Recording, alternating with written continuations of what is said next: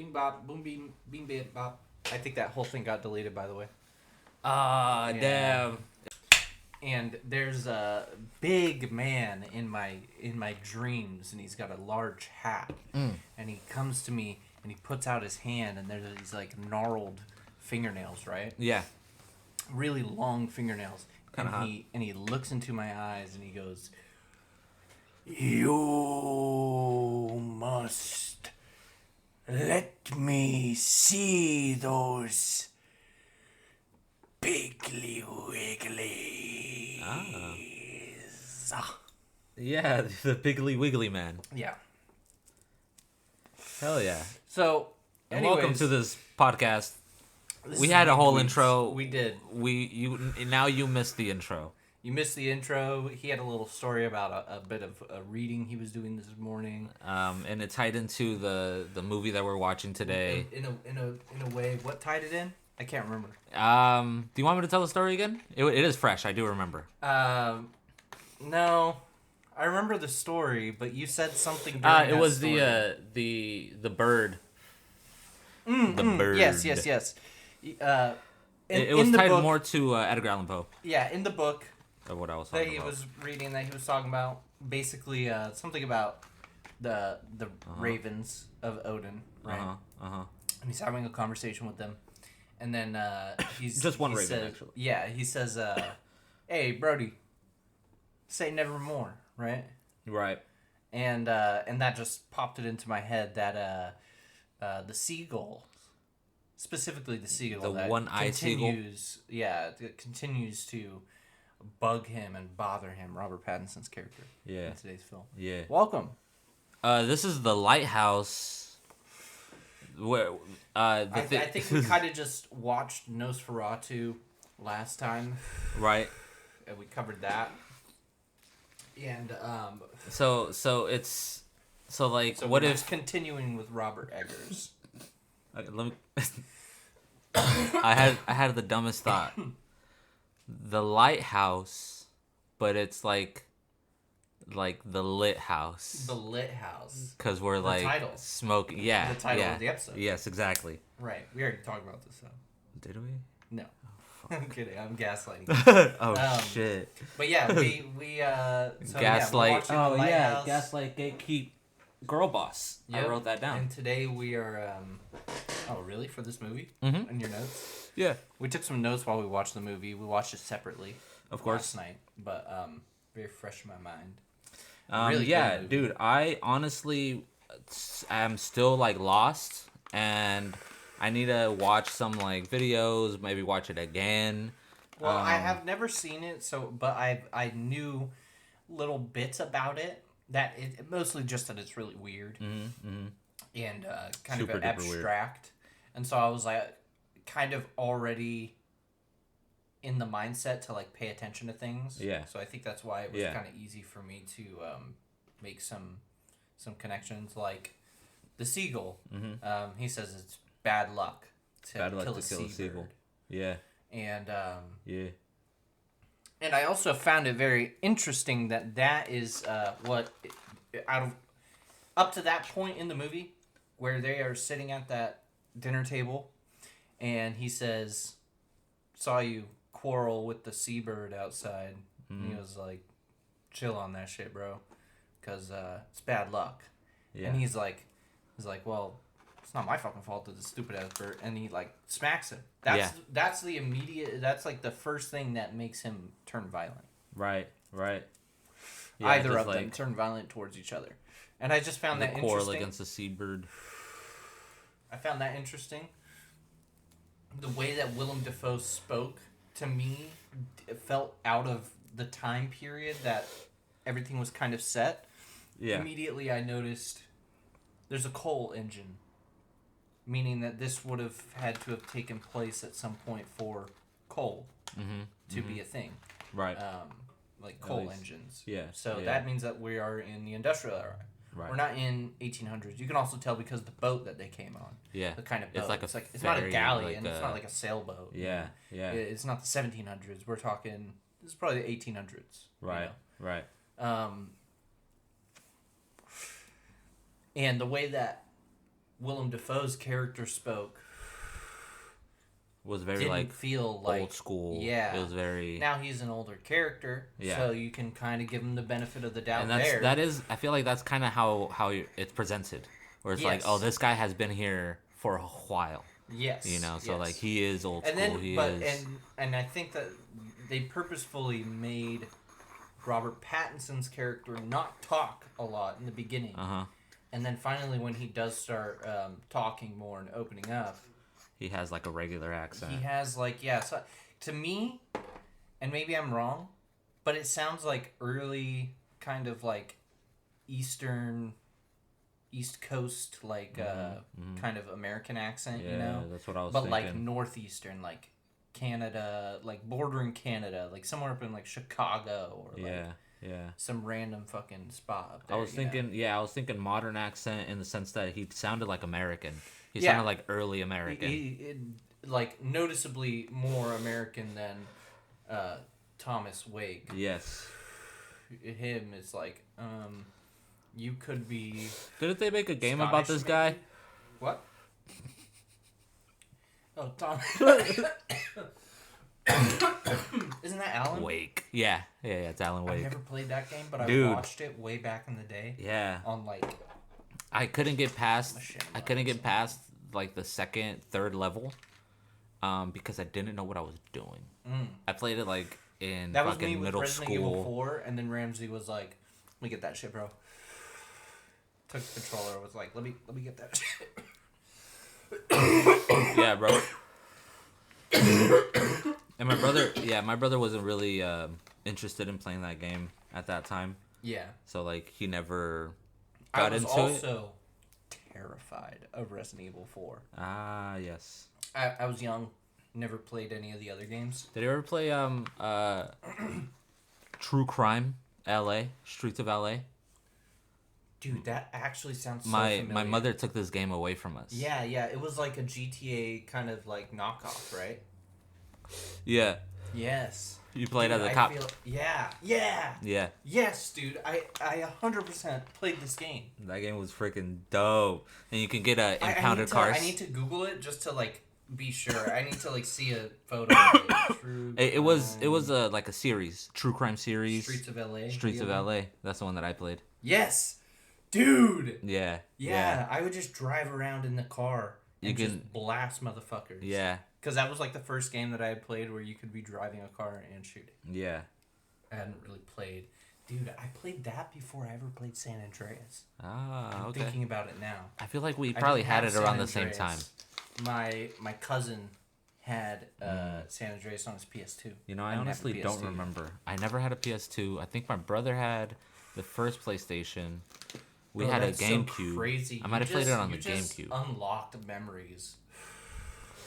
Old school. That's so fucking wild, bro. That's a good game. That was a fire game. All right, I'm gonna have to text Ramsey about that now and be like, dude, do you remember this game? He's gonna be like, oh fuck. Yeah, hell yeah. Something that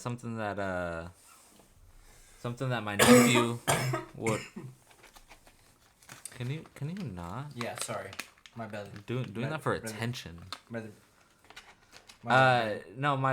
Something that Ivan would hate is the aspect ratio. Yeah, but I feel like they did that on purpose. Totally on purpose. Yeah, it reminds me of. I mean, like it makes it a lot more claustrophobic. I mean, it's even put that together, but 100%. But yeah, like it's just like Claustrophobic, that old school. And then you're in the mindset of like, okay, so you're on this fucking island, this rocky shoal that's just sticking up out of the ocean. Right. And like what my immediate thought upon seeing this island was what ended up happening. If a big fucking storm comes, you're done. Yeah. You're done. Yeah, exactly. You don't have a cellar, you're done. Guess what? If the cellar floods, you're fucking done, dude. You know what I'm saying? Like, you have, like, there's no escape in that kind of scenario. Yeah. That's fucking terrifying. Yeah. Yeah, bro. I like the grain. One of my notes in here is I like the graininess. In up close scenes, I think they might have used a different, clearer lens because characters don't look grainy in these close-up shots. Like when Willem Dafoe is he's like, "You like my lobster, right?" Yeah. I know you like my lobster. Right. In those scenes, their faces are not grainy. They're pretty clear. But then when they're doing these static, open, wide shots of like, Robert Pattinson in the distance shoveling or whatever. Or just like walking by with the wheelbarrow. Yeah. You look at the Those sky, are like and the establishing sky shots. is all white because it's just clouds out. It's overcast. And you get to see all that film grain. Right. And it just, I don't know what. It like that texture just makes really it feel adds grimy to it. and that's the other thing is like, you're not really showering here, like. Oh yeah, dude, these motherfuckers stink. You bathe probably once a week. Right. If at all. If that.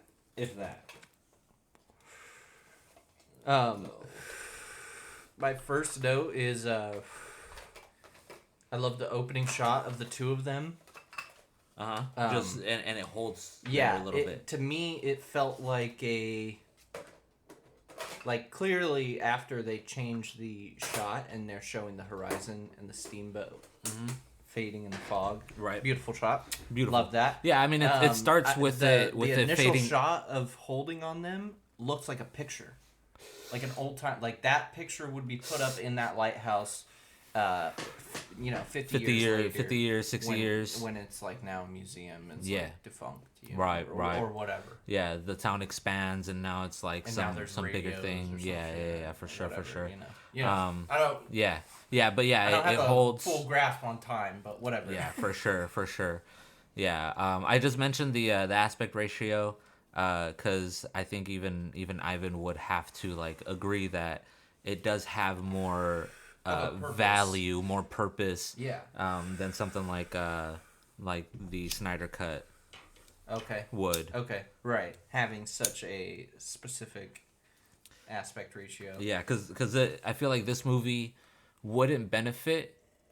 In fact, it might even detract from the movie if it wasn't. Yes. Me too, buddy. Me too. That's just a visual bit for the visual viewers. If it wasn't. We were talking about aspect ratio. Yeah. If it was widescreen, it would probably detract from the movie. If the Snyder Cut was widescreen, it would probably be a better movie. Yeah, and that's even still if they keep it black and white for Justice League, like. Yeah, and even then, the black and white. It would look fine with black and white. The black and white came out after, but yeah, you could still do that widescreen. It would be cool if you could choose. Yeah, I agree. But even then, like, if you could choose, why even? But make for this movie, one? I wouldn't want. This one you choice. can't. This one you cannot. It's locked into this. It just feels like an old timey fucking movie that you're watching. Dude. Yeah. But my mom walked by. But the sound design is so. My mom walked by, and I was like, Mom, like what? When did they make this movie? She's like, oh, I could totally see, if it's made recently, but it looks like it's made in the 30s or 40s. That's what she said. Yeah. And I was like, nah, it was made recently. And she's like, okay, yeah, so they're just telling an old story. Yeah. And I was like, yeah, exactly. Yeah, exactly. That's what it is. Like this is a it's almost like a tale as old as time, on some Little Mermaid shit. Oh my God! Excuse me. I'm good on that. You want to finish this? Do you want me to hold it, or do you want me to finish it? You could take a hit for a second. I think I need something other than coffee. Cold coffee at that. The one thing I found out while researching after the movie, it is actually like loosely based on like a somewhat real story, where like basically it was like a guy had He was a fugitive who ran away, from where he was from, and went to this lighthouse with another guy who was his, lover, overseer, employer. Okay. And the guy ended up just, dying. Completely natural causes. He just got sick or some shit. And the dude was already... Or maybe he was already convicted of murder before. Okay. I think that's what it was. And now he's, restarting his life or some shit. Yeah. And then when he got to this place, the dude died. And he, didn't want to be blamed for it. So he put him in a coffin. Didn't bury him, though. And then a storm hit and washed the body away. And they were like, you fucking did it. Oh, then, shit. Yeah. Or something like that. Yeah. And, yeah. That's crazy. Yep. Hell yeah. So it's, yeah, I mean, it's loosely based. And it's that story is based off of journals. Sorry, I didn't write any of that shit down. Yeah. Yeah, it's out there. If you want to learn more, you can watch other Go watch the videos. Film Comics Explained video. There you go. Yes, perfect. Go watch that guy's video. Perfect explanation. It's 11 minutes long. That's great. Concise. That's great. I definitely got to because I ain't got none. One thing that stood out to me immediately, the foghorn does not sound, in my opinion, I ain't no expert though, so I don't know. Right. Maybe they had different foghorns for different regions of the world. Okay. I don't know. So that sailors would be able to distinguish whether out there they see the lighthouse and they hear the foghorn and they're like, oh, okay, my bitch ass is over in Canada or whatever. Right. You're right. Because that's definitely how they why sounded he's on the himself a bitch. my bitch ass. My bitch ass. Yeah. It doesn't sound like a foghorn that I've ever heard from that time. It sounds much more like a modern interpretation. When I'm thinking foghorn, I'm thinking SpongeBob foghorn. Okay. That is a real foghorn noise. What is it? Foghorn. Yeah, but I don't remember the what it is. alarm clock. Oh, okay, yeah. That is a real foghorn. Okay, noise, yeah, as far as I'm aware. Hell yeah. But I've also heard different foghorns as well. I've never thought about it. I don't think I've heard foghorns, man. Really? Yeah, You've I don't think about it. In our city near the ports and heard foghorns. Can't say that I have. The ones that I hear now are more modernized, drone in Yeah, well, you know that I can't show my face in downtown. Oh, okay.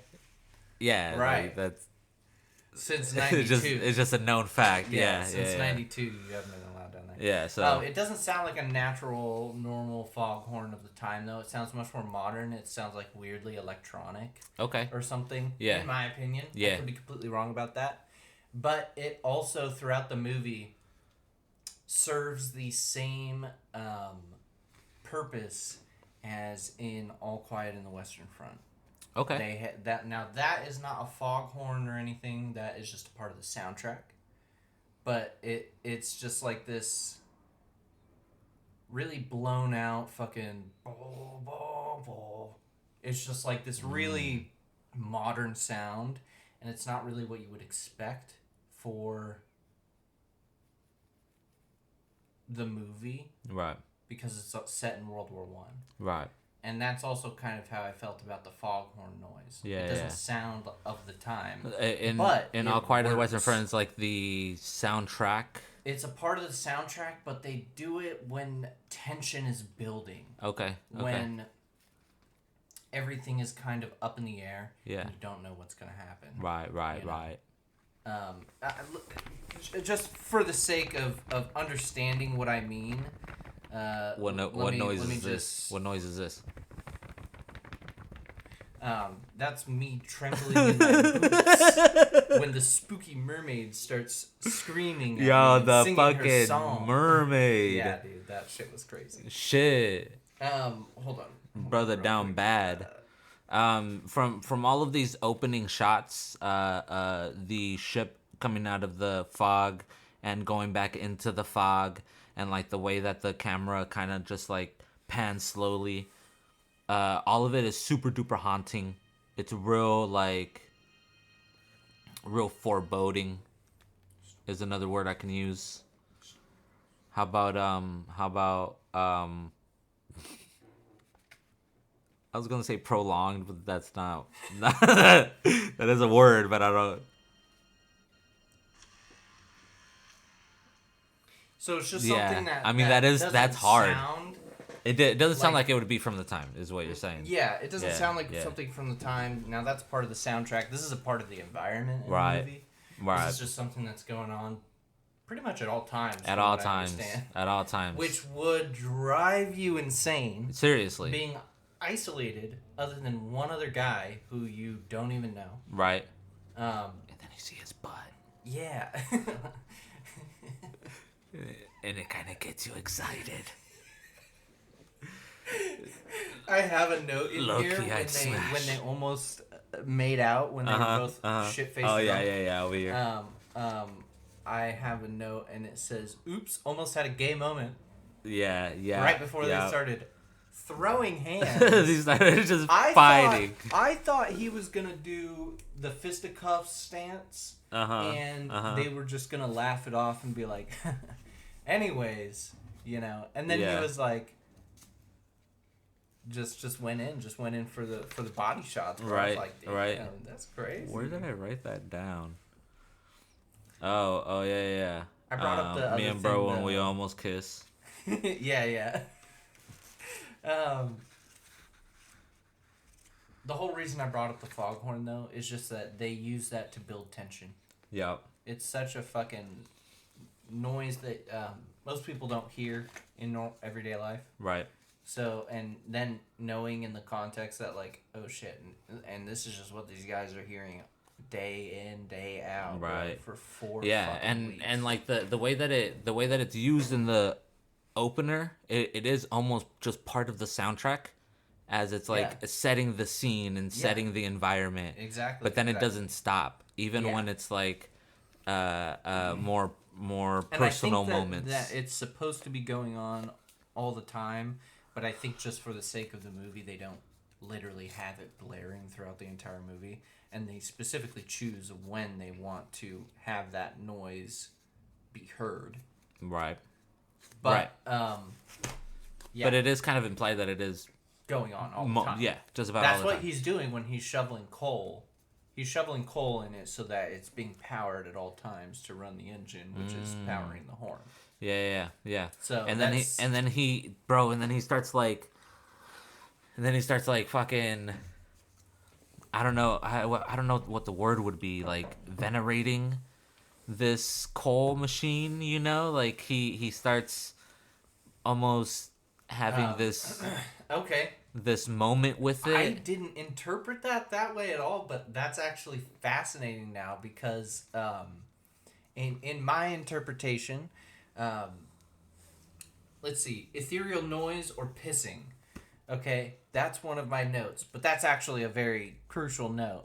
It sounds like a joke. I'm not doing a joke right now, though. As he is going upstairs, yes, Robert Pattinson's character, as he's going upstairs for the first time, right, Willem Dafoe's character is already up there, and butt naked. No. Oh. He's up there, and as Robert Pattinson is walking up the stairs, there's like a weird ethereal noise, and the closer that he gets to it, it's revealed that it's just Willem Dafoe pissing in a bowl. But later on in the movie, every time that he is approaching the lighthouse, when the light is on, he is hearing some like weird ethereal noise going on from upstairs. From the lighthouse. Right. Anytime that Willem Dafoe is up there. Yeah. Right? And then I was thinking about it and I'm like, well, what is the significance of that? You know, what is the, like, why is there a fucking weird fucking noise happening, you know? It's like celestial. It's like it becomes their deity. It's their... Yeah. Light. And the whole time I'm getting, like, Greek vibes because of the way that fucking homeboy be speaking. I'll just fucking... Whatever. Basically, they They I'm start getting worshiping. Greek. Yeah. I'm getting Greek vibes the whole time. Okay. Throughout the entire movie, and the light is like, this. huh? Go for it. The light is like Prometheus's flame. Ah. It's like knowledge, because like that's the analogy that they're going for in the Prometheus story, is that fire is like a knowledge that humans didn't have at first. Yeah, and everything's gonna stem from that we build and create and. Right. I don't want to get too much into the Promethean stuff just yet, because there's more to come. Ah, okay, but okay. the light is like fire for humans. Yeah. In Greek mythology, humans, like, for some reason they couldn't look up at the stars or look up at the gods, and until they discovered fire, which Prometheus was the one to do that, and that's Yeah. as we know, he gets punished for doing that. Yeah. So it's interesting. I didn't put that together, but that is another. He has his own light, but it's not as grand. It's not as it has no hidden knowledge. Yeah. It's just a mimicry. Okay. His own mimicry of the light. Well, I was thinking, it was reminded me of Junji Ito's Uzumaki. Okay. I haven't seen any of them or read those. I watched the Wendigoon breakdown. Okay. And essentially, there's this lighthouse. This town, weird shit starts happening, having to do with spirals, right? Yes. Okay. I actually watched a Meat Canyon episode video doing the same thing. Yeah. Breakdown. Yeah. So I kind of know the synopsis. The lighthouse. Yeah. The light gets so bright that it fucking burns everything that's inside of the lighthouse, like going down. Okay. And like one of the main characters' little brothers gets, hit. People are turning into fucking slugs, and there's some slugs in there. Yeah. Weird fucking shit, right? Yeah. But at the end, they end up going hella deep underground, and there's this fucking huge lighthouse looking thing, and it's like this god, this spiral god, and it wants to be looked at and like descended into or something, right? And that's kind of like what the vibes I was getting, with the light in the lighthouse. With the light in the lighthouse, yeah, like maybe it's not. I was also getting the vibe that it's a sentient thing, entity. Right? It's maybe not like a god or something, and it's not so eldritch, but it is. Right. I think I have a note at the end somewhere here. Now it is a Lovecraftian story. Yeah. But it's also intermixed with other stuff that. It's not just full on Lovecraftian. Right. Exactly.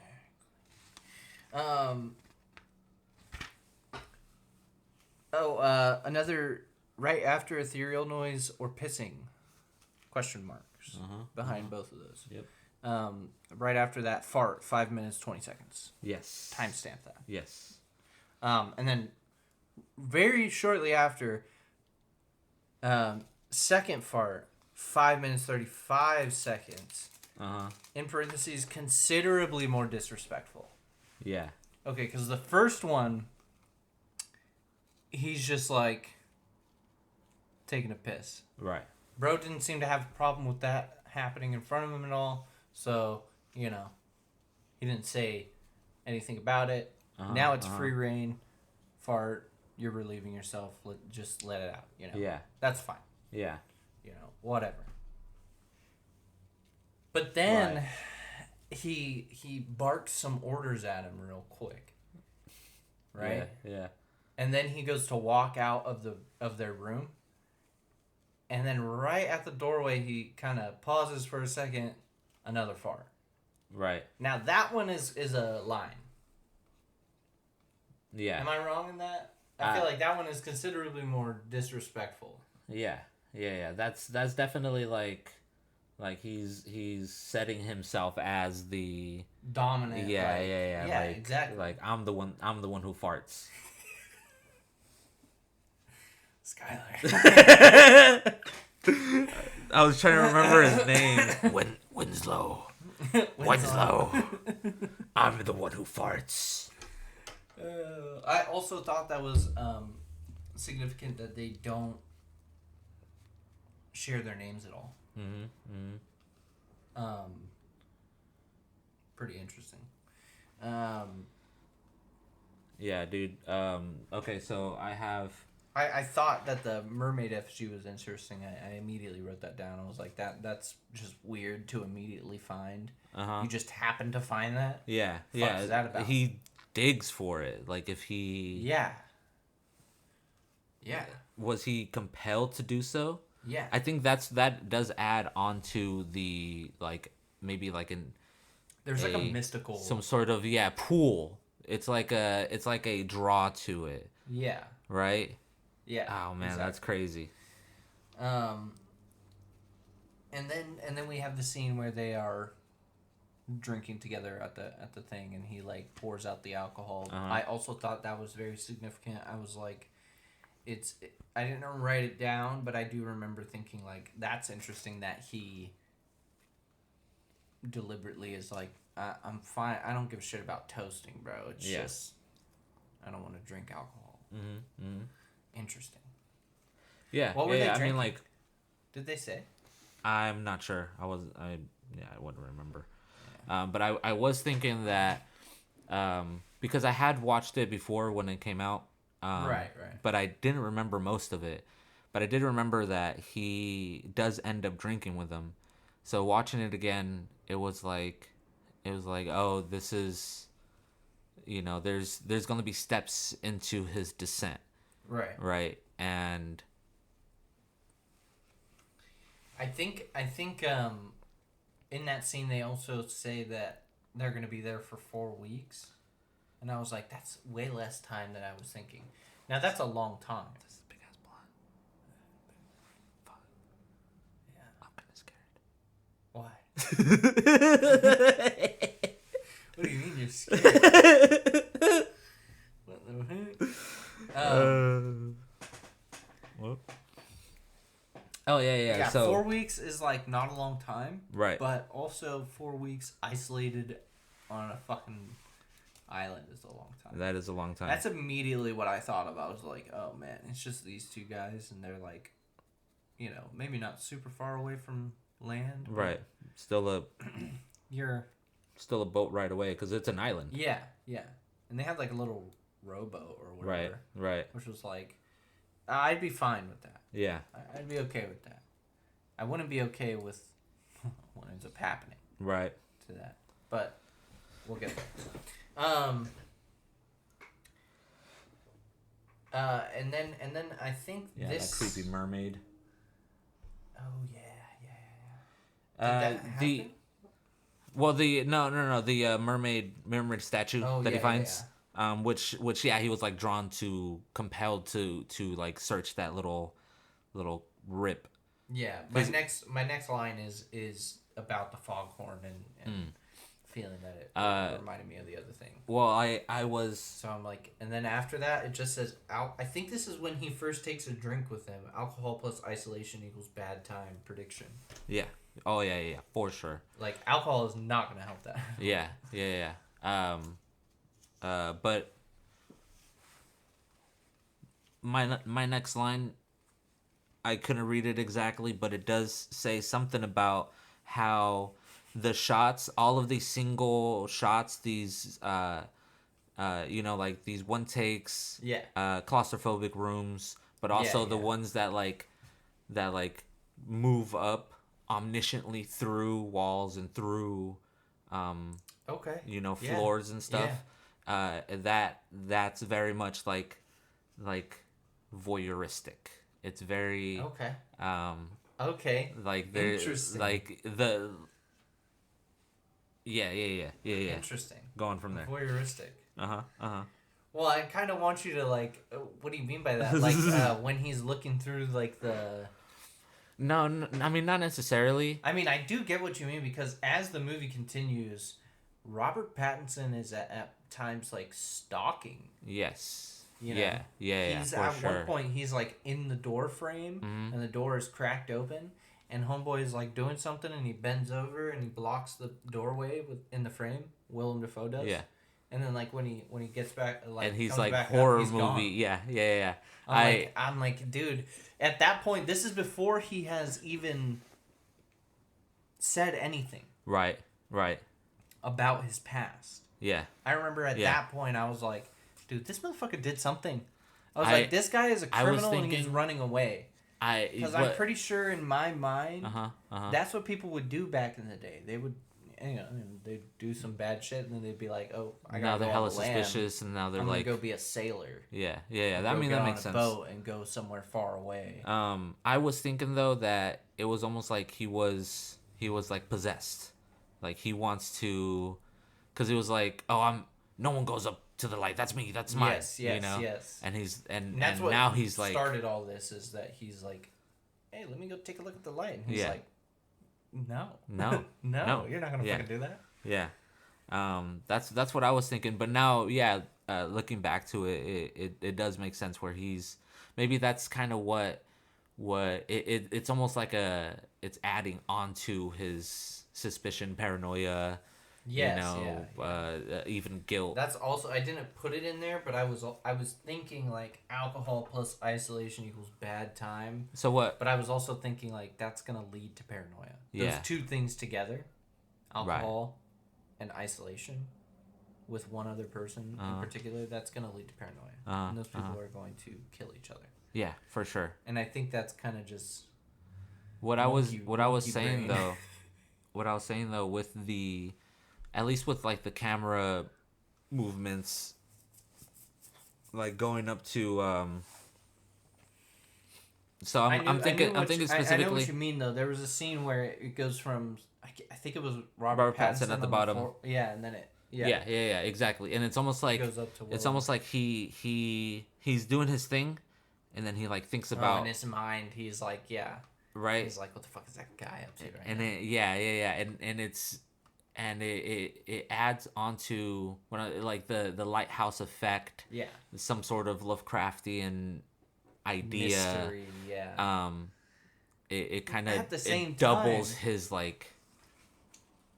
At the same time, bro, you then have the opposite side of it, where you're also on Robert Pattinson's side. You're like, well, why is he so protective over this? Yeah, I actually think I have. Well, that's why. That's how it. What is so special about the light, or is it just protocol that only Willem can like attend it? Well, is one of my lines. Robert Pattinson says like the rules are, the law is. And he's like, this is and me, like, and I'm the law. In charge yeah, here, so yeah. if you fucking talk about that again, you'll be docked for insubordination. Yeah, exactly. Yeah, and and he has the captain's logs or whatever. I do think that it's also a little bit of a period piece about like the times, where like, bro, that is just how employment was. They could just lie. Yeah. And you have no rights. Yeah, and now the overall company for the Lighthouse is gonna fucking fire you. Right.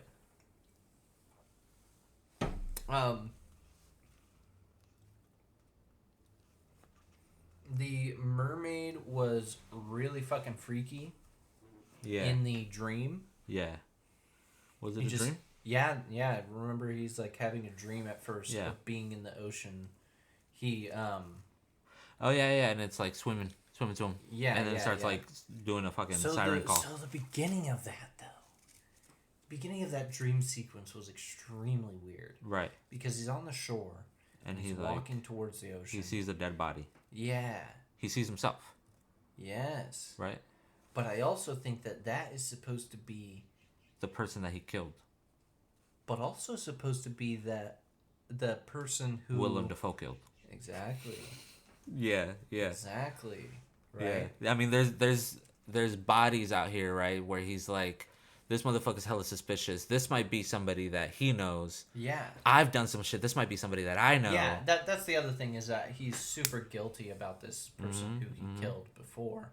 And so he's extremely paranoid about, like, you know, who, like, oh shit, like, you know, I need to fucking get far away from this. Does this guy somehow know, you know? And that's what this dream is. Maybe it's about that, but I think that this greater entity is also like, I know what you did last summer, and also kind of revealing something to him. Maybe like there's maybe more afoot here, you know, because it was like weird tentacles, right? That come over the water, right? It was like weird fucking. I don't even know. It did the big water shots. Yeah. Were like real slushy and like real like, I wanted to say maybe they were like touched up with some effects a little, you know, like it looked perhaps it looked mesmerizing.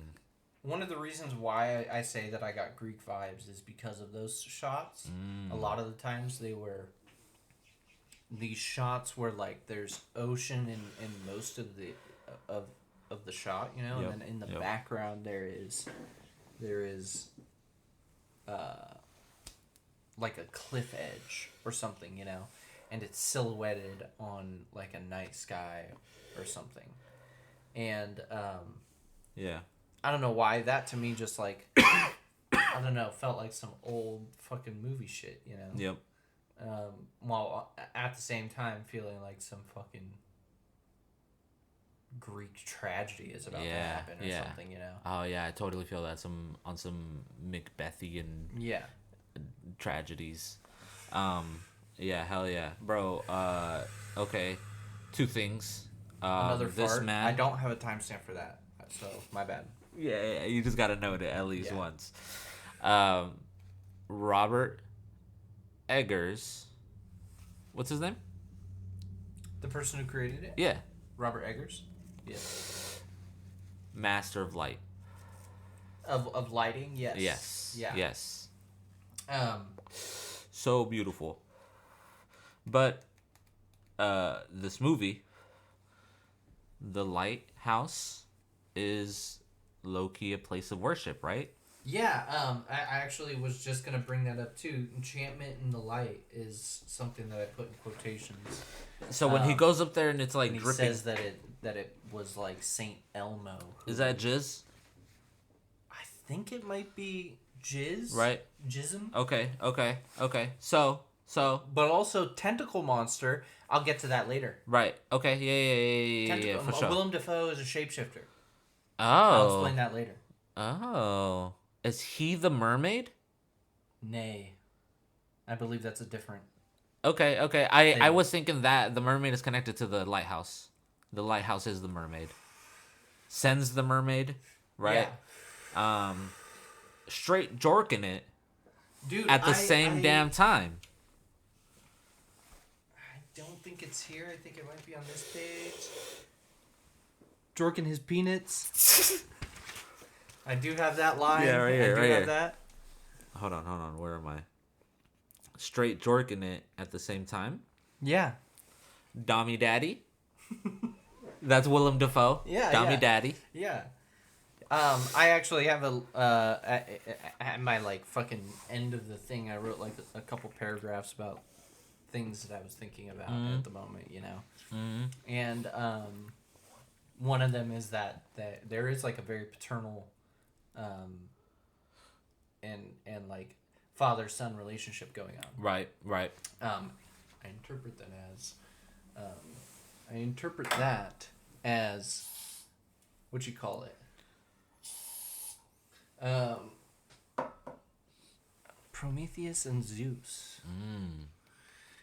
Willem Dafoe is acting as Zeus. Yeah. Protector of the fire of Olympus, right? Right. And the fire of Olympus is this light. The lighthouse light. And right. Brody, Mr. Robert Pattinson is Prometheus. Right. Also a Tom? Constantly trying... Huh? Also a Tom? His name Also is a Tommy, Tom, right? yeah. So Thomas. it's Thomas Wake and then Thomas... Tom something. Howard. He's like, you... What did he say? You shouldn't Why'd you spill your beans? That's right. That was the moment that was I so knew creepy. It is not switched. a human. Oh, allow me. Okay, so...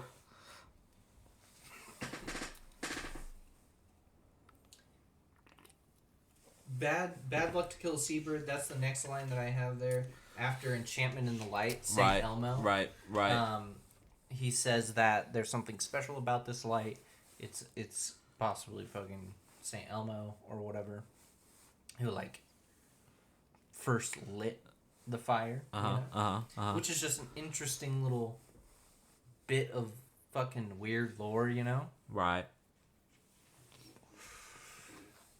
Seagull at the window?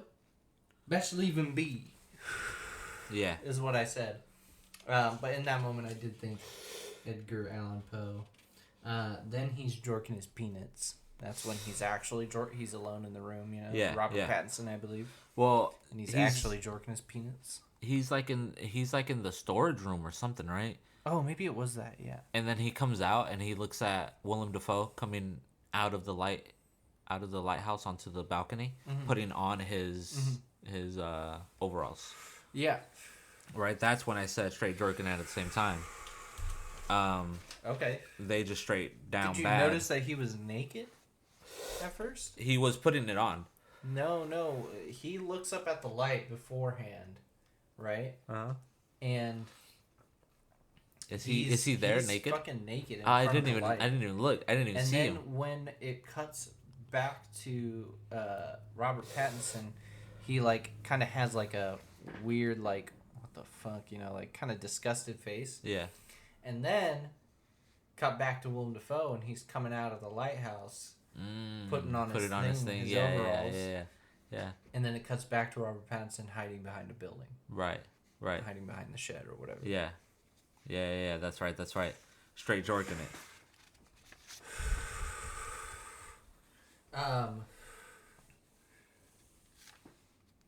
Then so we he have starts, the scene where he is like, "Hey, you've been fucking slacking on your motherfucking duties, bro. Come here." And he like leads him to the room and spanks him. Yeah. Verbally. Bad boy. He says, he's like pointing at the ground. He's like, "What is this, bro?" And he's like, "I don't know, man. I swept in here, mopped in here, bro. Yeah, I did my twice. shit." Yeah. He's like, "I know." And he's like, "Nah, you've been slacking. You've been slacking. Don't lie to me, boy. 'Tis begrimed and bedabbled."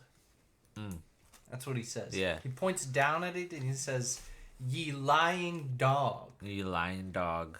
'Tis begrimed and bedabbled." And he doesn't like being called the dog. He does not like that. No. He don't like that at all.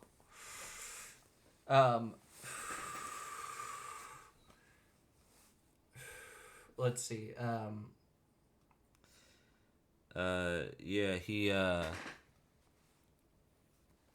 He starts being like real suspicious of him and now angered by him. Yes. So he freaking steals a knife. Where does that knife come from?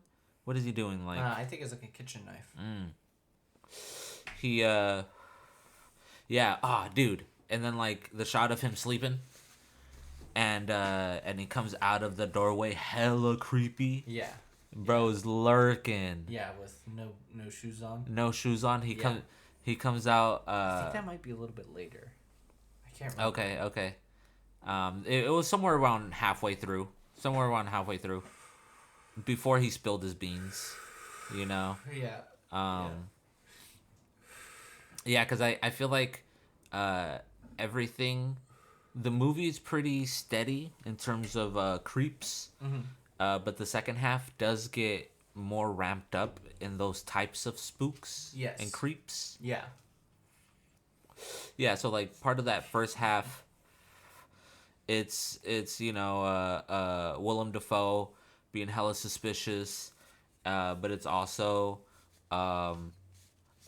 Big Dog being hella suspicious. Winslow being hella suspicious, you know? We'll just call him Winslow because they're both Thomas, but Yeah. we know that. And then they both Winslow. start doing that horror movie, I'm about to kill you vibe, you know? Yeah, like creeping on each other and shit, like, you know, yeah, like yeah. stalking and which to me is like kind of the best kind of horror because it's really just real. Yeah. There are just fucking psycho killers out there. Right. That are just and that is probably how they look when they are stalking someone who they're planning to kill. Right. Looking at their butt cheeks. But I liked it. And interesting that I put up here, seagulls are the crow of the ocean. Right? Right. Meaning like they're in my mind I was like, so seagulls just be going out there and they just be like picking on fucking dead things that they find. Right. You know? Right. Oh, fucking whale died and there's like a big fucking carcass that floated to the surface. They fly down and pick on it while fish under it eat, you know. Right. And then they're opening up over dinner. The crows of the ocean pick on it from the underneath. Yeah. Whatever fish those are, you know. Yeah. It's all kinds of fish, bro. It's literally just any kind of fish will just be there. Yeah. And they will be eating the ready chum to eat that other fish are dropping down. Yeah. And, you know, it's a whole ecosystem. It's beautiful. And then there's sharks, and sharks come through and they eat beautiful. those big ass fish, you know. Right. And then there's the Eldritch abominations deeper down. Yeah. Who killed the whale initially? Yeah. It doesn't really feed on much of the body, but the soul. They begin opening up to each other over dinner, right? Yes. Ephraim Winslow, not what I was expecting. They start falling for each other. Didn't realize Willem Dafoe had a fucked up leg. That's you don't really see him. I feel like you don't really see him walk too much in the beginning. Yeah. It kind of puts them kind a of little bit walking on spot that you get to see him with that limp is maybe when he's first walking up to the lighthouse. But I just didn't notice it. Right. Yeah, but he does have a limp. Yeah. He says he does. and I did note that he says it's broke. It like broke and it's like, you know, never been the same. Yeah. That's right. And then I have the next line as they're opening up to each other. Winslow is giving his backstory, right? And I just put, I think Winslow is a fucking psycho in my opinion. Criminal / serial killer. Okay. Either just like mobster kind of like organized crime or bootlegger or some shit, you know? Yeah.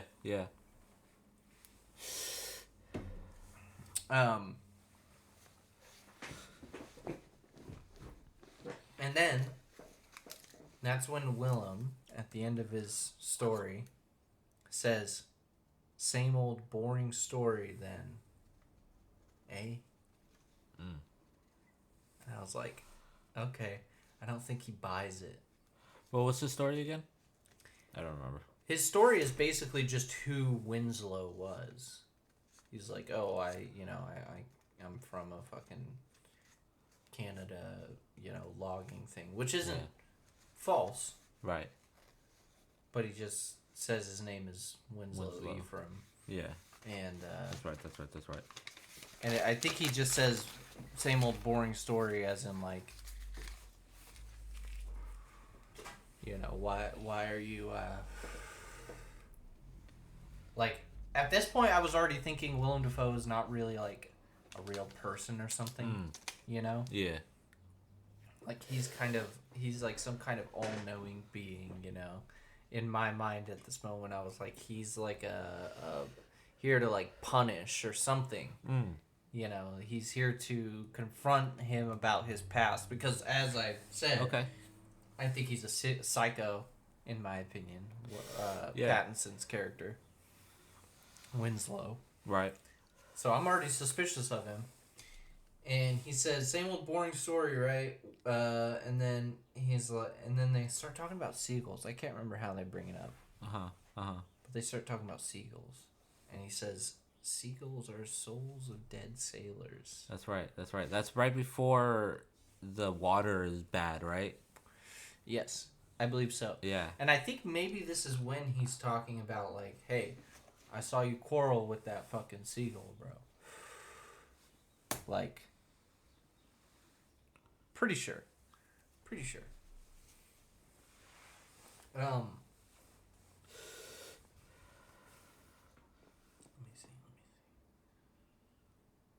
And then I think they go to bed shortly after, or he goes to bed. Pattinson goes to bed. Right, and then I think Willem is on his worship duty worship. Yeah, night duty worship. And he goes creeping up, right? More ethereal noises. More ethereal, weird noises from the light. And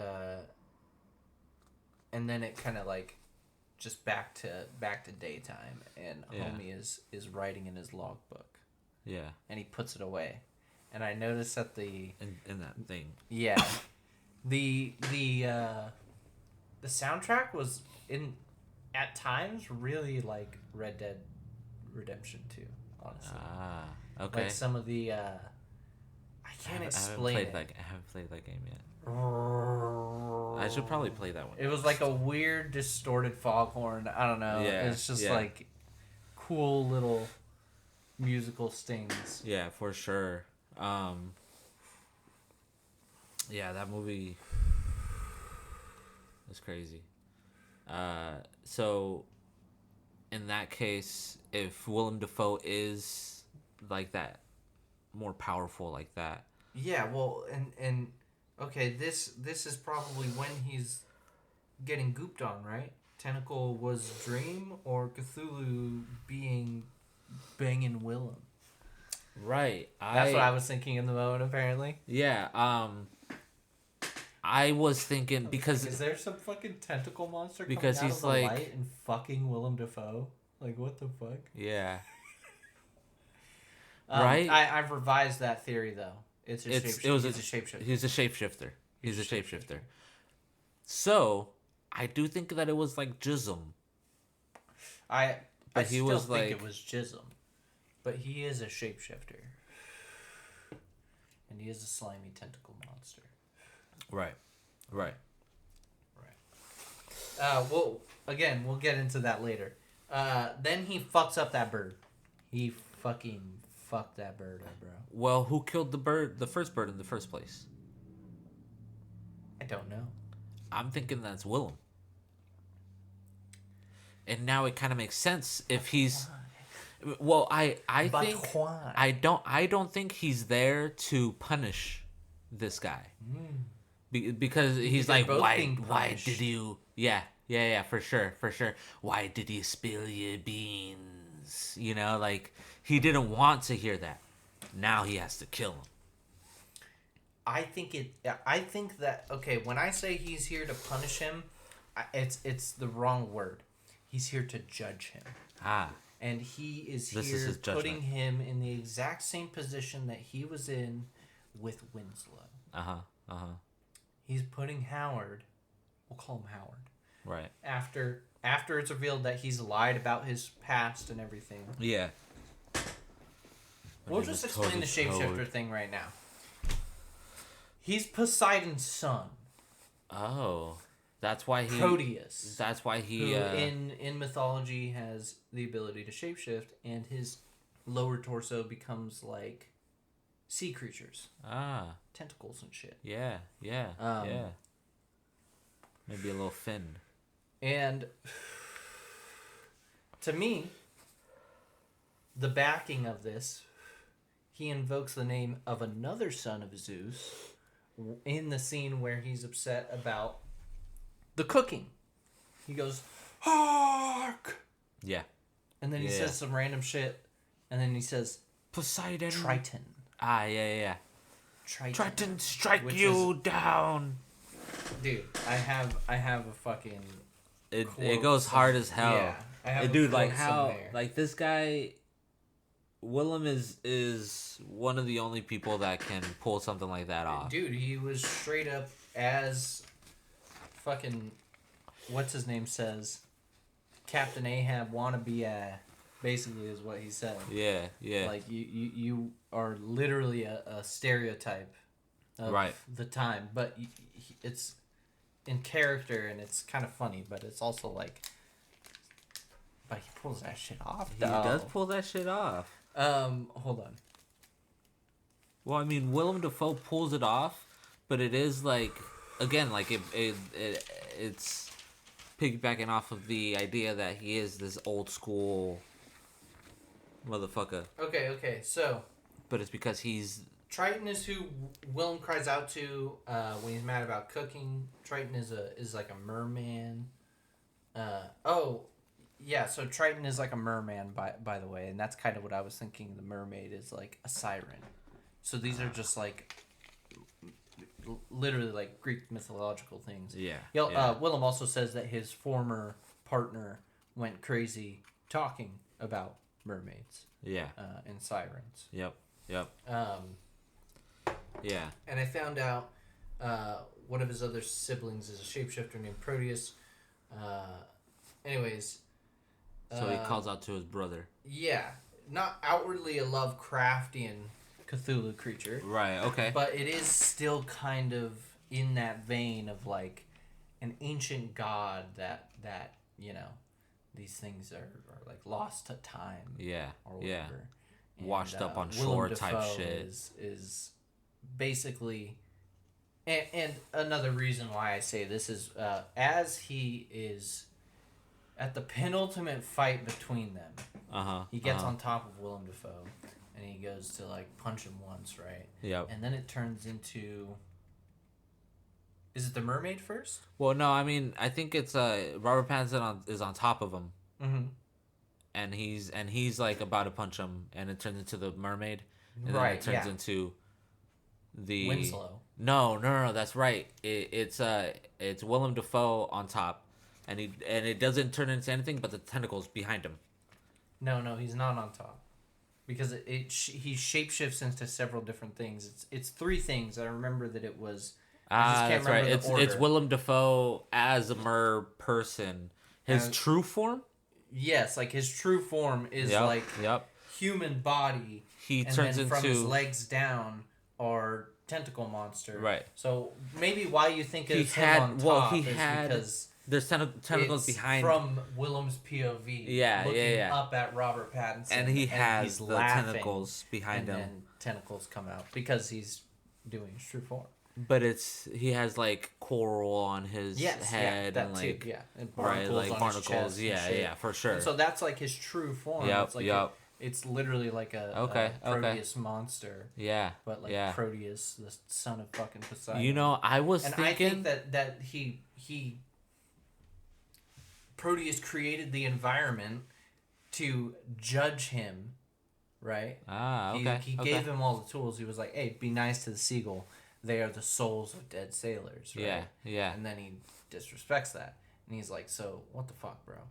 And at the same time, he's protecting this light. So there's also the other analogy. Yeah, I think he's judging him because he's being so harsh on him, and every day he kind of gets more and more like, "I'm gonna fucking kill this motherfucker."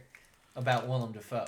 Until finally he goes back to doing exactly what he did with Winslow. Look, I think I'm gonna have to disagree. Really? Yeah. I think Willem Dafoe is also a criminal. This guy, this thing. He's definitely not like morally correct. Right. For sure. But Greek like stories are also about like ultimate judgment. Like they're very like true. Fucking. I wasn't thinking about it in the Greek angle. I was thinking this lighthouse is a sentient thing and it draws things to it. And it drew Willem Dafoe to it, and he killed the previous dude that was here. You know, he's been doing fucking weird shit for a while. Yeah, whoever kills the last dude, Yeah. He's been doing weird shit for a while, and now he's gonna protect this light from anybody else touching it. Uh, yeah, like he's a fucking weird sea creature. And I also don't think that Robert Pattinson's character is a good person or doing the right things either. Right? Yeah, for sure. He ultimately fails the judgment, but just so happens to. You know what, I would agree that it is like get a the best of cosmic judgment. Yeah. It's a judgment on both their parts. I think you mentioned that earlier, where it's they're both being judged. Yeah. No, I don't remember. Something like that. That's I'm hitting, bro. Seriously, I think they're like both being judged. They're both, at the mercy of this light. Maybe the light is the judgment. The draw. Yeah, I don't know what the light. It's definitely like not something. It's not anything good. Right. I think because homie, I and maybe this is cringe to say this. This is tangential. I'm sorry, but at the end when he looks at the light, right, and it opens for him. You said he's a master of lighting. Yeah. Amazing. That incredibly bright light under Robert Pattinson. Yeah. And then I was and then ready it to like cry. gets intense, super intense to the point where like his face is almost blurred out. And now all that you see is mouth and eyes. Yeah. And he's just fucking laughing, screaming. And the distortion on his voice in particular. Yep. To me, that's felt what very makes me inspired by like YouTube shit. YouTube Yeah, like a horror, like analog horror. Yeah, because a lot of them just take their microphone and do a really loud noise really close to it. Right. And then they go and take it to a sound mixer and they just make it really distorted and crazy. Dude, it works so well. It does work really well. I think it works better in this context, though, because Monsters, it's like, I don't know, whatever. Yeah. I could take it or leave it. Yeah. But for doing I mean, I was thinking there's a lot too that do that sort of editing, and sound mixing, that also involve a lot of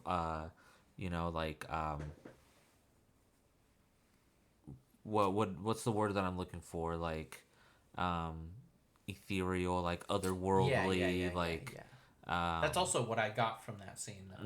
It's like, that's why I say it's not really a monster in that context. It reminded me of, I prefer that, though, because it's just like, it's something that is like distorting reality. It reminded me of like breaking his brain. Like maybe that's how he was hearing it. Because like if you scream right now, you're gonna just hear how you scream. Yeah. But maybe for him there was some overwhelming presence in his mind, giving him that was droning it out. And until he could hear himself, he was falling down the stairs. He made a funny noise. I remember that. Yeah. That was a funny noise. Yeah. It makes sense. No, though. but you're falling down fucking metal fucking lighthouse stairs. Ooh. It reminded me of Arrival. Have you ever seen Arrival? I have not. Okay. That's the one with the circle and it's oblong, but yeah, they speak in these weird hieroglyphic, symbol things. Oh my gosh! I don't know where it went.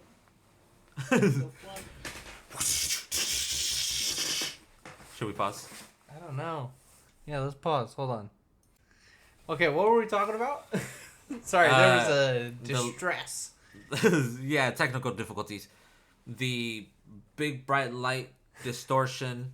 It was very much okay. So like, it was. I think it was. I think where I'm going with it is like the Prometheus light of knowledge. Yes. Right. I still think that is what it is. But when he's there, it's this huge bright thing, Right. and he freaking can't handle it, and he's rejected, and he's gone, and he like dips. Yeah. So like Willem Dafoe, I don't think he's looking at that light, right? When he goes up there, he just goes up there and plays with himself. I don't think he necessarily is looking at it either. I think he's just kind of like he's not opening it up and looking at it. Mm-hmm. He knows what it is. And he's just like admiring it through the window. Well, I also had a note early on here when they first show that whole fucking room finally, and they show, or maybe it's not until the end, huh? Might not be till the very end that they actually show the audience what the light looks like. Yeah. They just do like vague, illuminations of it. Right. Yeah, exactly. Okay, so which also reminded me of Uzumaki. Okay. Once they finally get up there, it's this weird like growth thing. Okay. And it forms a spiral. Yeah, right. You know, and that's what gives out this crazy ass light. Yeah. And what it is, I don't remember what the light does, but the light shines like over the town. It's hella bright, and it makes people. Oh my god, I want to say dance. Dance? It makes people do something. Do something weird. Do something weird, like out of character. You Right, know? Oh. right. It's like. Oh, they're turning left. Something like that, where they're like, okay, I'm gonna go home. I'm gonna go this way. And then they like start going like left. Mm-hmm. And then they end up just like going around in circles. Mm. And everybody's doing that. Yeah. That's right. Oh my god, that's what it is. Holy shit. And then they get up to the light. It's hella bright. It burns motherfuckers. But it's like, this weird growth into a spiral. Right. To me, the light did not look like any fucking light I've ever seen. Right. Yeah.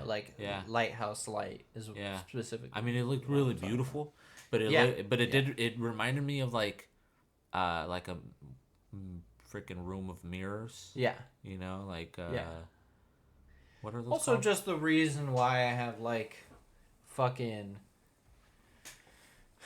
Greek vibes is like the only fucking people you ever see. You don't see the people who they're relieving. You don't see anyone other than the two of them walking up to the fucking lighthouse. Right. That's all you see.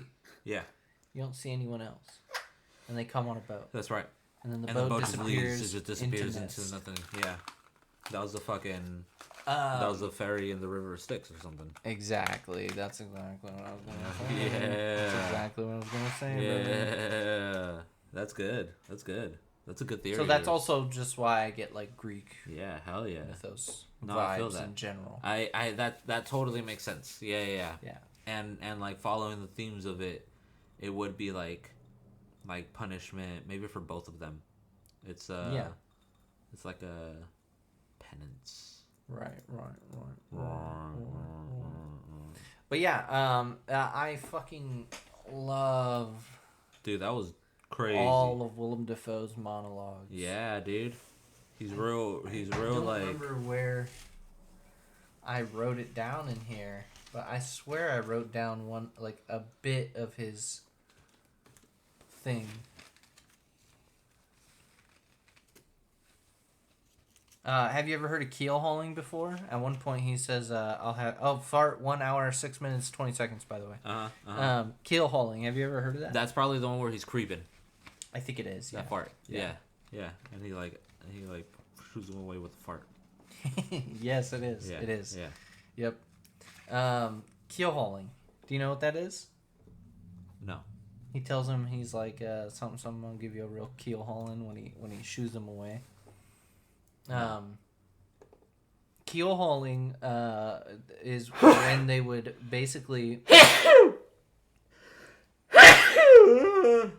they would loop two ropes, right? Okay. And they would tie someone in the middle. Okay. And then pull you like around to the under part of a ship. Okay. as it's going.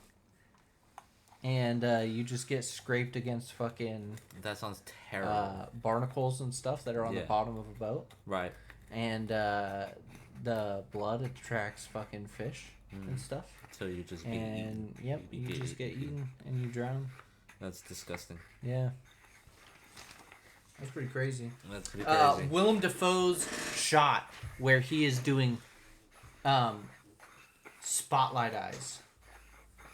Tell me that did not look like a Greek statue.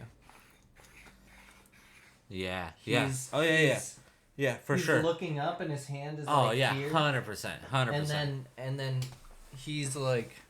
Yeah, definitely. And then I just realized... closed. I just realized I was doing the visual that bit. Shot, the wide shot of them. Right. And they fucking on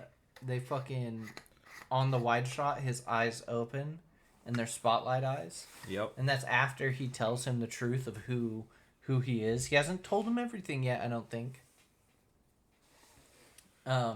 Yeah. Where did I was that his dream? In his dream. That's it was like a weird it was like a weird spot, like so they were getting drunk and they almost have a gay moment. And then he reveals that... Is that before they're drinking that Lighthouse juice? Yeah, I believe so. And he's having... What you call it? He's having like... Second doubts. No, he's having like memories of what do you call it? He's having like flashbacks, and he's like, I can't tell you, like, he's being very hesitant to tell him about what happened. And then he has like his whole monologue, right? Uh-huh. And then that's when he says, "Why'd you spill your beans?" That's right. That's when I put, okay, Thomas is 100% a vengeful spirit, at least. Okay. Is like kind of where I'm at the story at that point. Yeah. And then that's when he I'm pretty sure, like, the implication is not he falls asleep and then he has a dream. That's right. And to me, I just interpret the dream as like seeing him for the truth. The he now sees the arbitrator of his justice. It's the Lighthouse itself that's judging him through Willem. Yes. Right. In his dream. Right. And I think that's why I literally think that, like, in a way that you just explained it from where I'm coming from, basically, he should I roll another joint? That's up to you, bro. I don't care. I'm pretty fucking lit. We don't have to. No. We can just hit this if we want more. Yeah, I'm good. So what was I saying? The Lighthouse. Yeah, you basically just explained it. He gets truthful with him, and he tells him who he is and everything, and then that's when he's like, "Why'd you spill your beans?" Now you're judging. Spotlight Eyes is basically... Spotlight Eyes is my favorite Billie Eilish song. Proteus being like, maybe it's that I've already seen this in the light. He has gone up there and communed with it, and the light has shown him, like, hey, this motherfucker's lying to you. Don't trust this guy. Okay. And Proteus now, fucking Willem Dafoe's character, now is like, all right, gets to the bottom of it, finally spills his beans, and he's like, well, the Lighthouse now needs me to pass judgment on you. Okay, yeah. Right? So is that why he... I mean, no, maybe... And just generally, in the sense of the dream, it just means that, like, he's now been truthful, and Willem Dafoe now sees him for who he truly is. Yeah. He's told him everything that he was hiding before. Now he has to do his job, basically. Yes. Yes. Okay. Yeah. And it was all like he has to do his job, and now he kind of does get more harsh on him the whole time, and maybe his logs. Do you think his logs are for a company, or do you think that the logs are like a book of judgment? Right. And do we think that he was being truthful, or are we because seeing he it from does say Robert like Pattinson's I eyes? write my own laws. Right, and also in the book, he's like, I don't know, is he lying though in the book, or is he being truthful? Yeah, I don't know. Because maybe because we're seeing it through Robert Pattinson's eyes, the story, we just and we're only seeing tidbits. If he's also, I also have here, the gaslighting girl boss. Stuff. Yeah, gaslighting girl boss. He, either there's like two realities that's going on, right? Like either it hasn't been that long, and maybe they are kind of stranded, or it has been hella much longer than he even realizes. Yes. Right. That was also something that I was thinking is like, I kind of think that it's. I think he's lost it. It's been a long time. Yeah. And I think that that's another reason why I think Willem Dafoe is like not a human, at the very least. Right. Fucking Proteus, maybe not. Yeah. Yeah. Son of Poseidon, maybe not. But a vengeful spirit, at least. I can see that. I can see that. Of but I think also here to judge him. I think if you take everything crime, like literal, like everything that you see. He also says something about Davy Jones' locker. He does. Yeah. But even then, like you can interpret it as a hallucination, and I think it's kind of just it's like Nosferatu, bro. I just cracked code. It's like Nosferatu. Dude. Oh shit! Nosferatu is like the culmination of all of the vampire mythos, right? Mm-hmm. Everything just shy of being hot. Right. But even then, like that mustache, those coats, maggots, the cape, oh my God. Bro. So yeah, man. It's like all of the things of the mythos combined, right? Yup. Maybe that's just what it is for this movie with maritime mythos. Okay. Spanning all eras. It's all of it. Yeah. It's all of it in one. Oh, I feel that. And Eldritch. No, that's you perfect. know what I mean?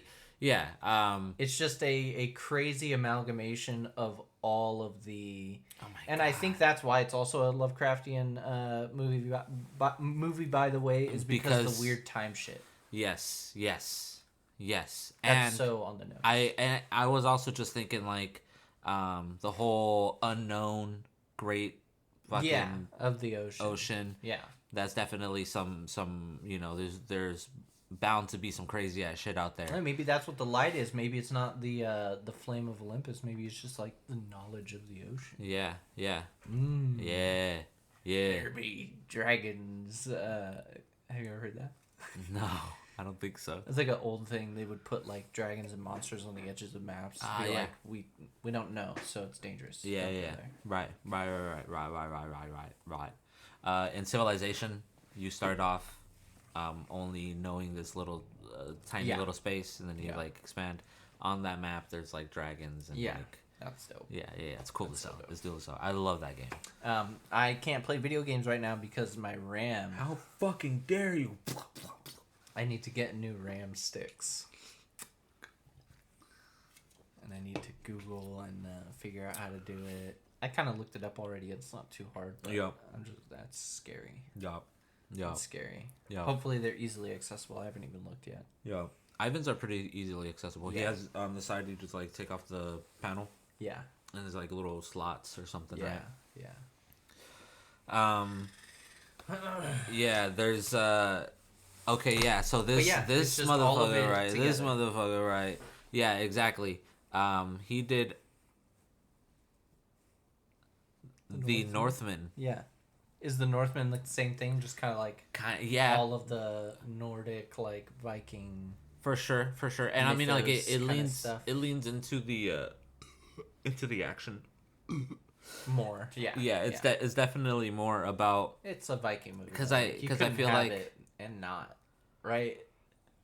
Yeah, for sure.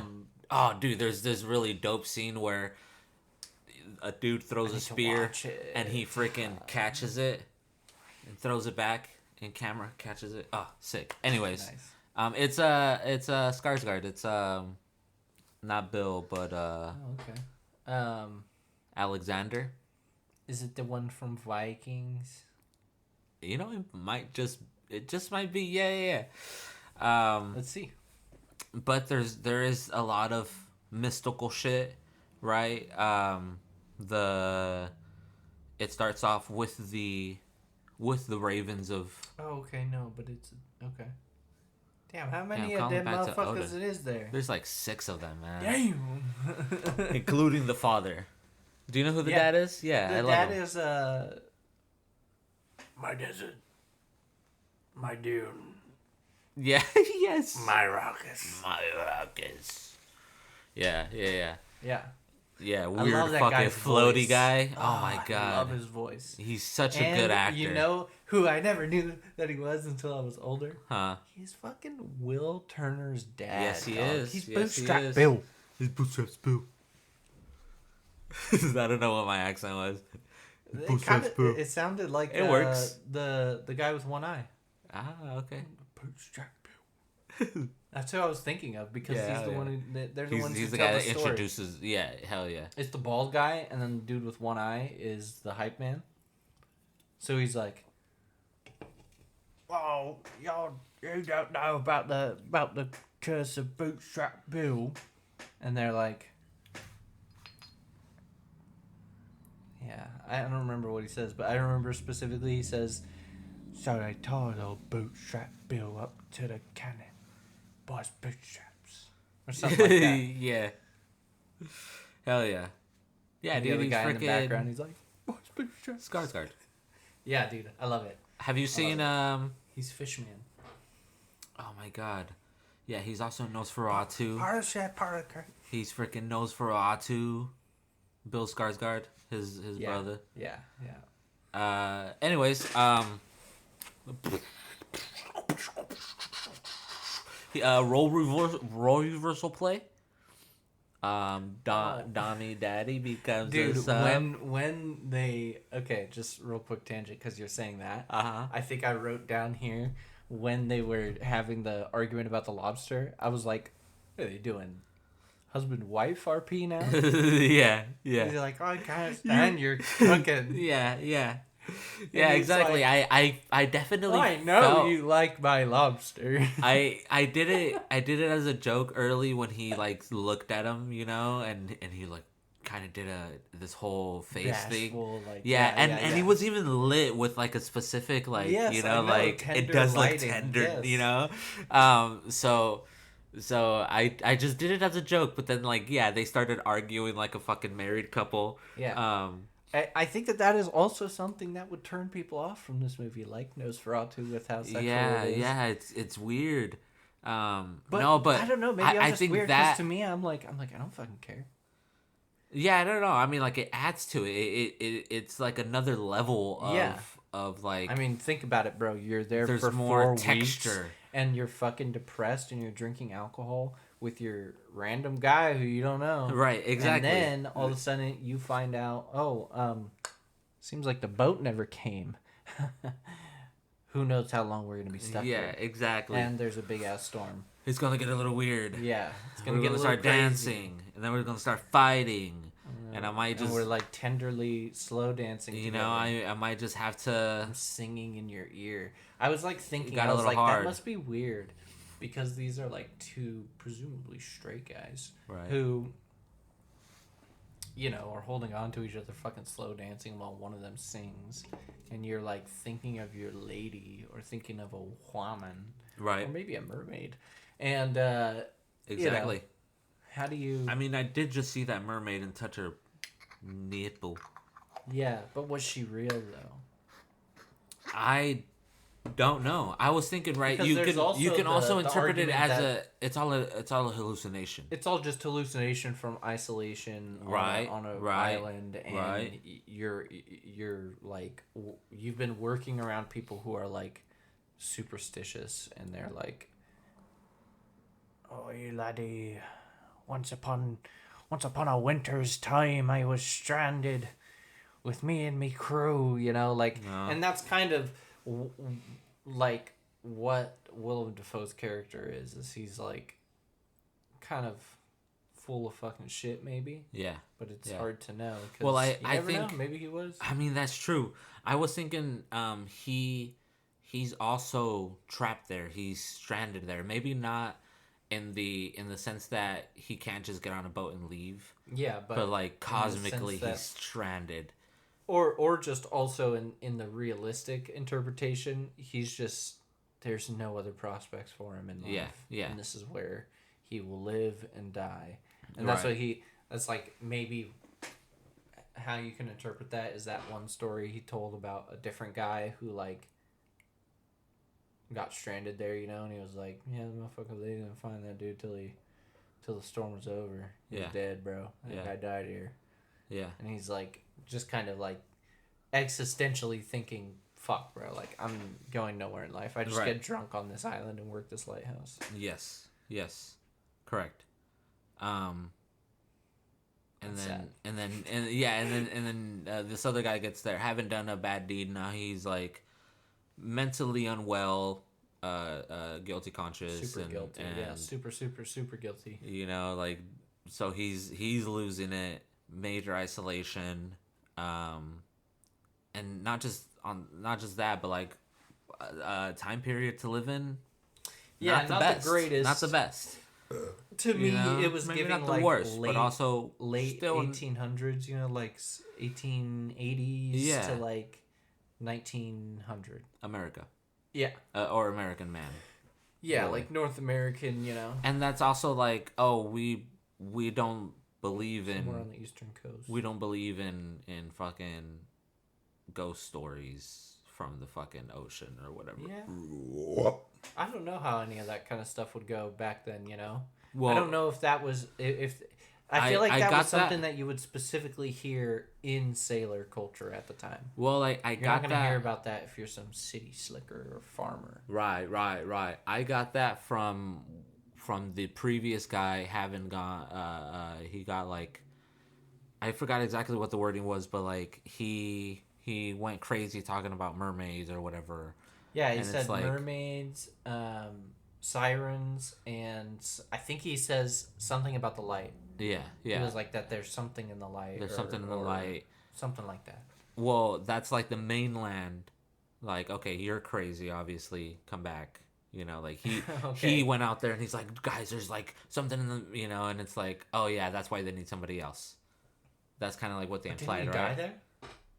That's true. Didn't he say died. He died on the like he hit the last but guy? But they need a new guy. Yeah, right. So like the mainland, however they found out, somebody said that they died like that. Yeah.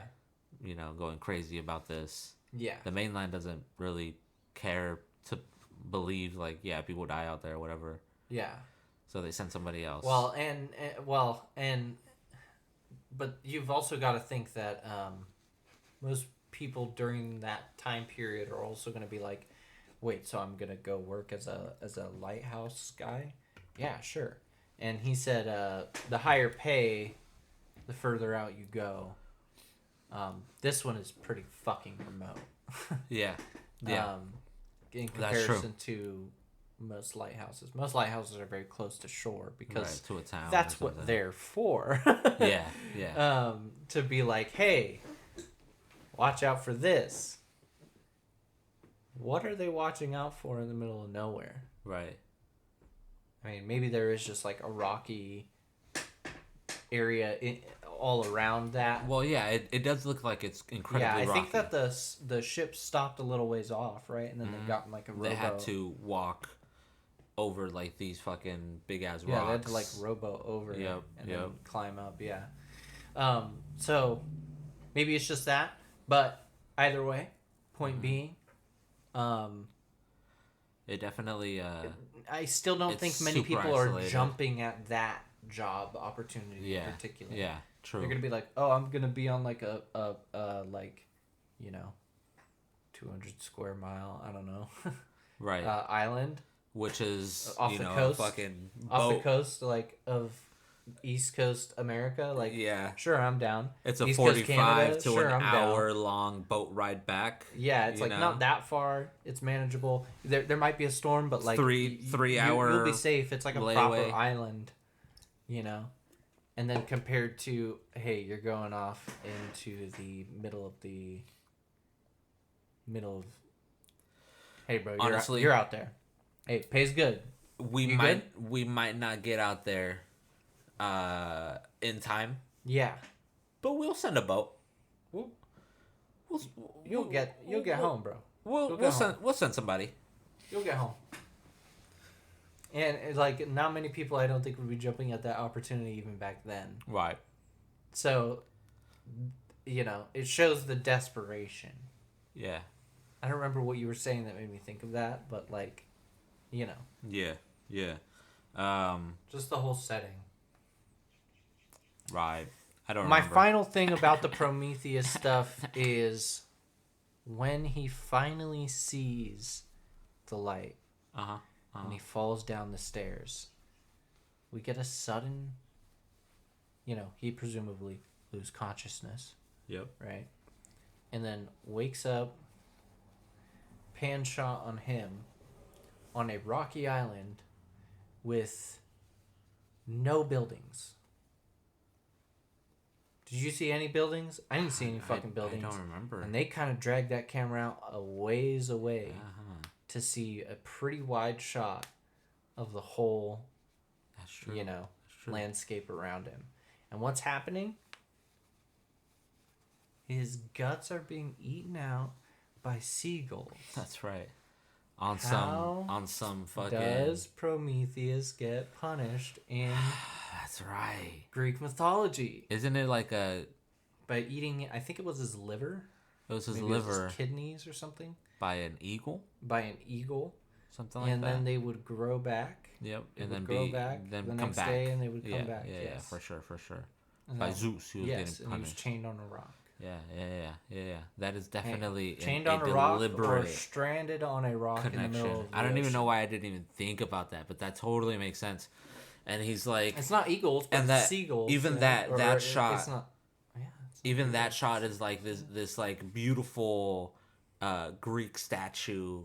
Yeah. Exactly. Yeah, totally, Exactly. for sure. And to me, and maybe I'm wrong, I don't know, but to me it looked like there was no lighthouse anymore. It was gone. Like it never existed, baby. It never really existed. Because this was is your all testament. Punishment, bro. Yeah. Okay. It was I like feel an that. afterlife punishment. That totally makes sense. I'm convinced. Yeah. Faux show. So, but I also think that it is still kind of just like an amalgamation of all the. Yeah, I think it's maritime the reason mythos. why it is left. Sorry, the reason why it is left ambiguous is because it is like a. It's not.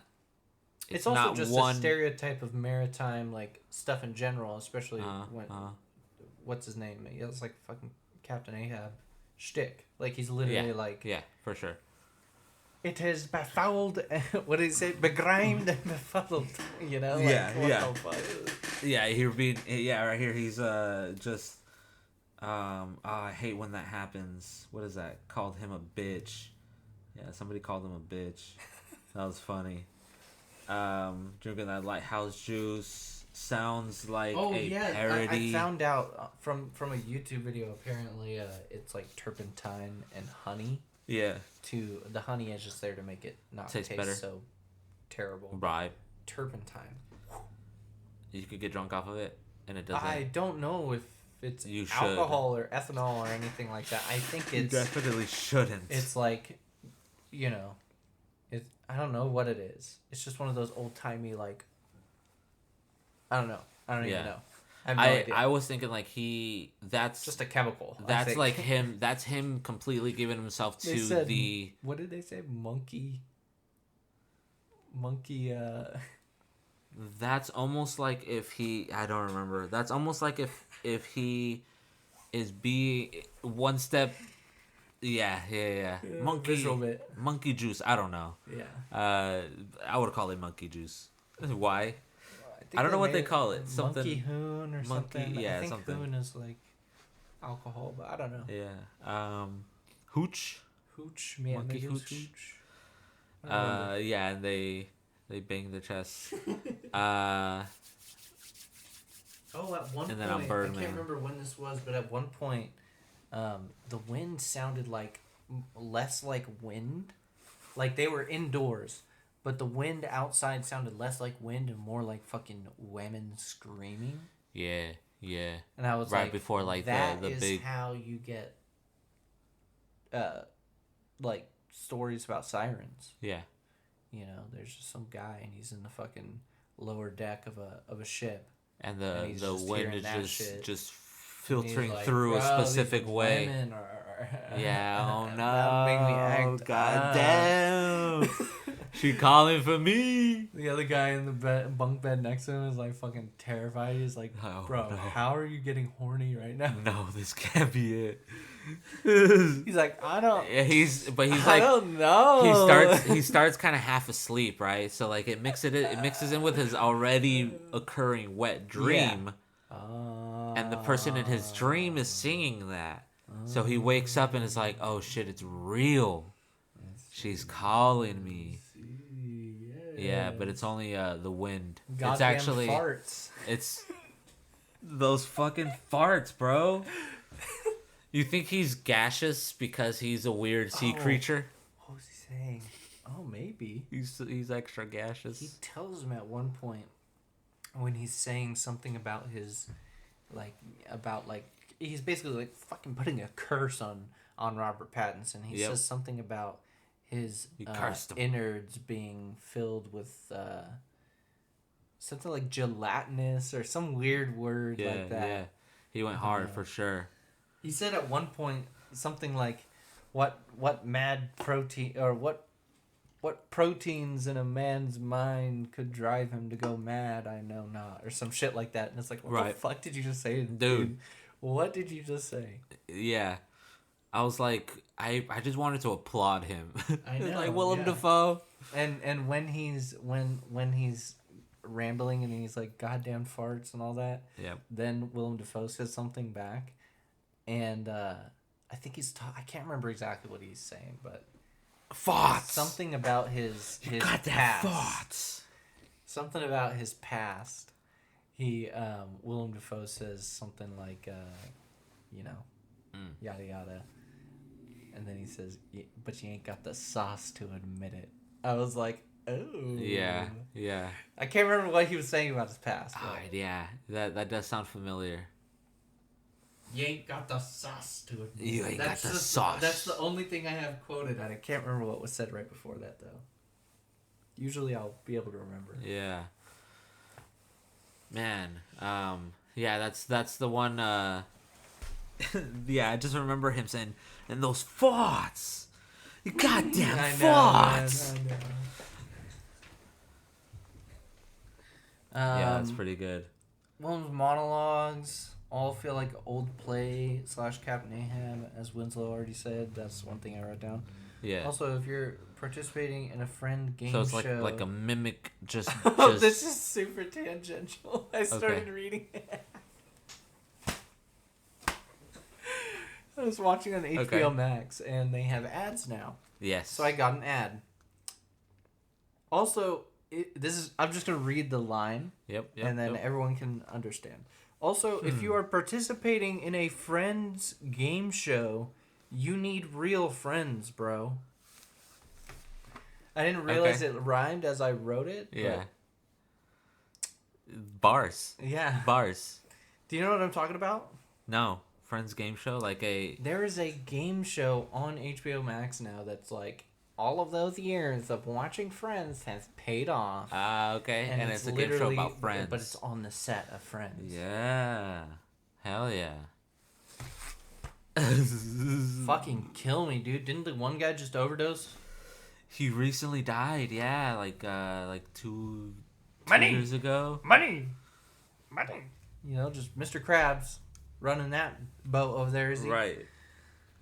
God damn, That's bro. crazy. I didn't even see that. I've never seen that before. I don't watch Friends.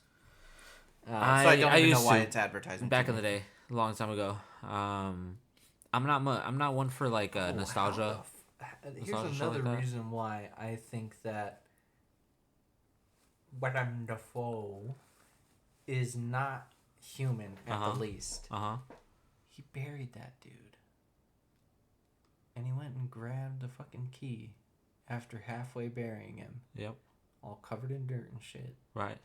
And then he gets inside. And he comes back And clean. Willem Dafoe is already there. Clean. With the axe. Yeah. Already in hand.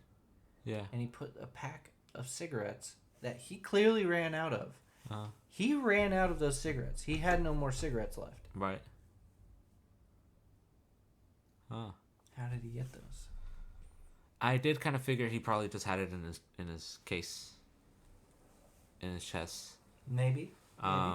Perhaps. Yeah, but either way though, clean. But like, and like, I thought he out of nowhere. Yeah, that's true. He I was thinking he just came out of the grave, but I also didn't register that he was just Pretty clean. sure he was clean.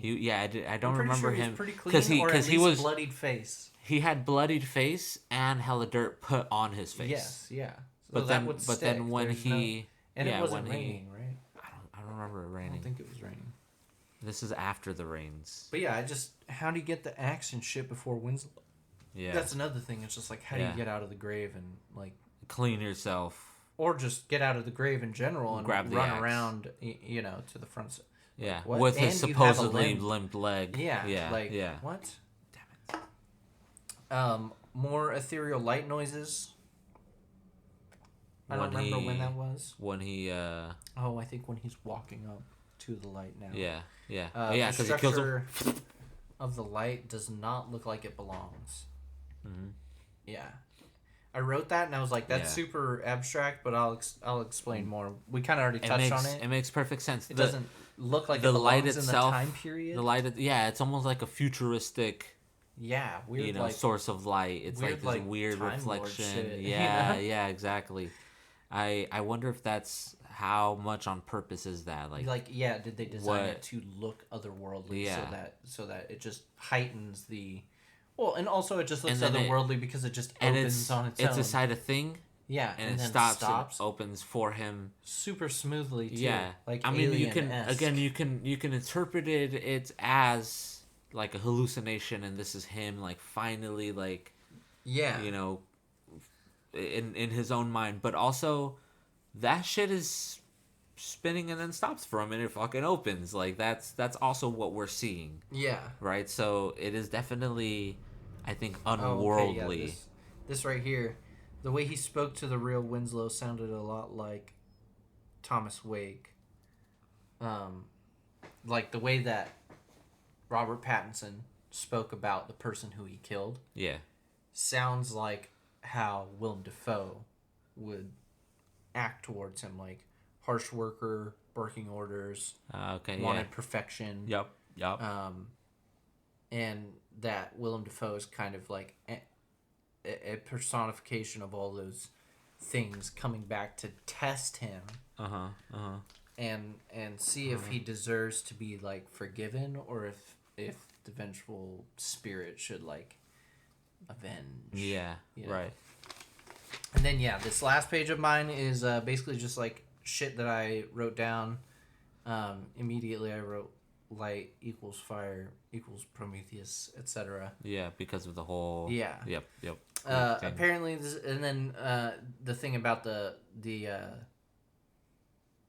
true story thing. And then I wrote sailor superstition and whatnot is like super important in the movie to like kind of understand, think about, you know, right, going into it.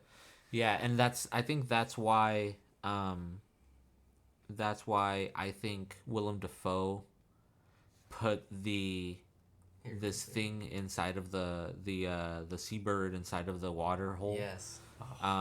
Because I was cooking, bro. Real quick. Yeah. He wants Robert Pattinson to drink with him, you know, and he's like operating on his own rules type shit. Yeah. He's like this weird fucking amalgamation creature. So he desecrates that sailor rule. He knows the rules because he's like what's the word where you like take over an identity, hide within a people. I mean, like, you're like stealing someone's identity, but not only that, you basically murdered them as well. Right, yeah. Yeah, so like but it's also like assimilated. Yeah. He's assimilated, right? So he knows how these sailor people think, you know, and he's doing like the best interpretation of one with my broke leg. Yeah, you know? Right.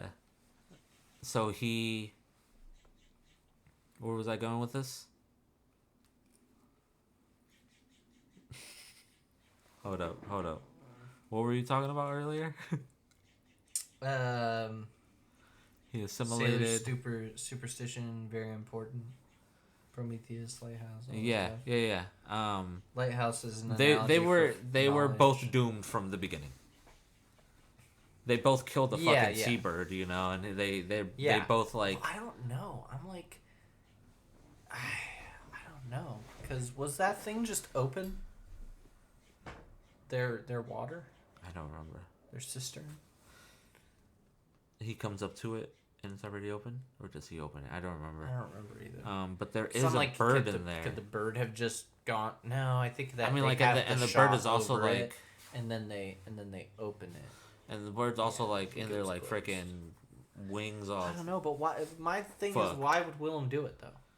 If it was Willem. Well, because he wants Robert Pattinson to drink with him, for one. Robert Pattinson would rather drink water. That's true. Right after that is when they start truly bonding over the alcohols. That's true. Right, and he also, you know, writes his own rules type shit. If he's like, you know, in theory, like Poseidon's son or something. Yeah.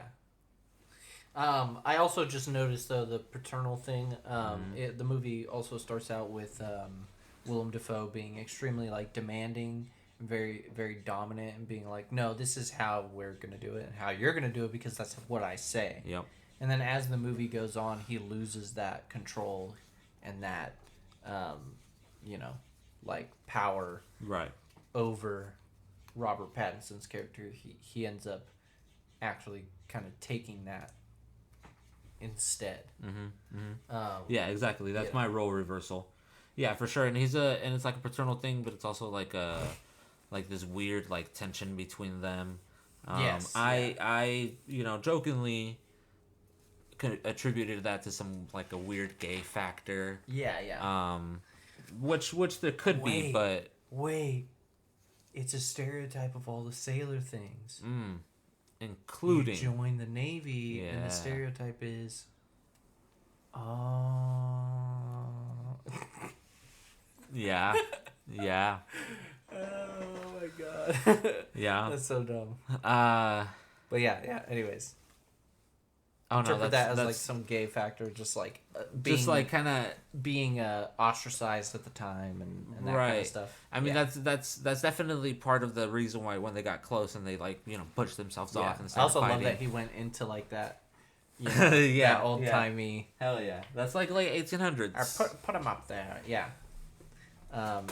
I learned that apparently the reason why those guys would do that stance is because in that kind of boxing, you're not aiming for the face. Yeah, you're aiming for the gut. Knocking them out with their guts. That's crazy. Yeah. Okay, what was I cooking?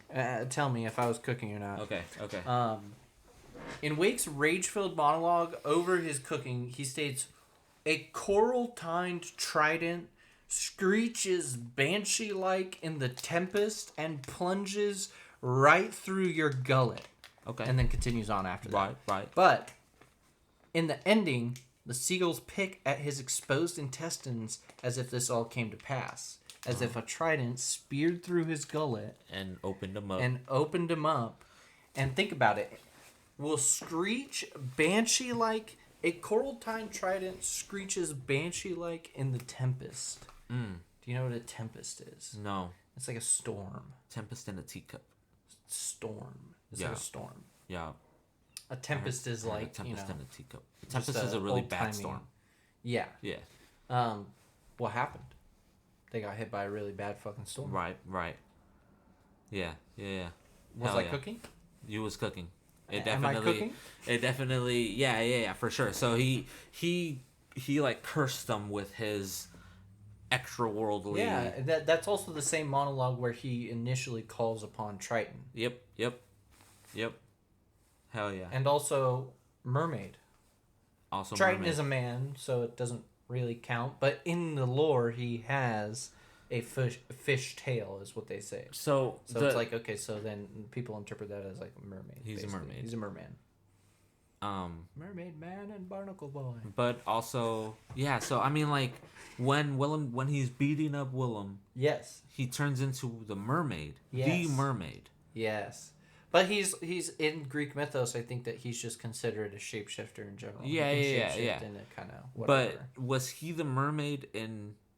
Because it also he's like it's just the scene starts off with him wheeling a thing, right, and then he like looks over and fucking runs over. He also then breaks the mermaid effigy. I had a note in there that said I feel like that's a bad omen as well. Yeah, for sure, 100% bad omen. Yeah. breaking that. Yeah. Just adding on to their bad juju, onto their downfall. Bad karma. That's some for sure. That's some bad jujus right there.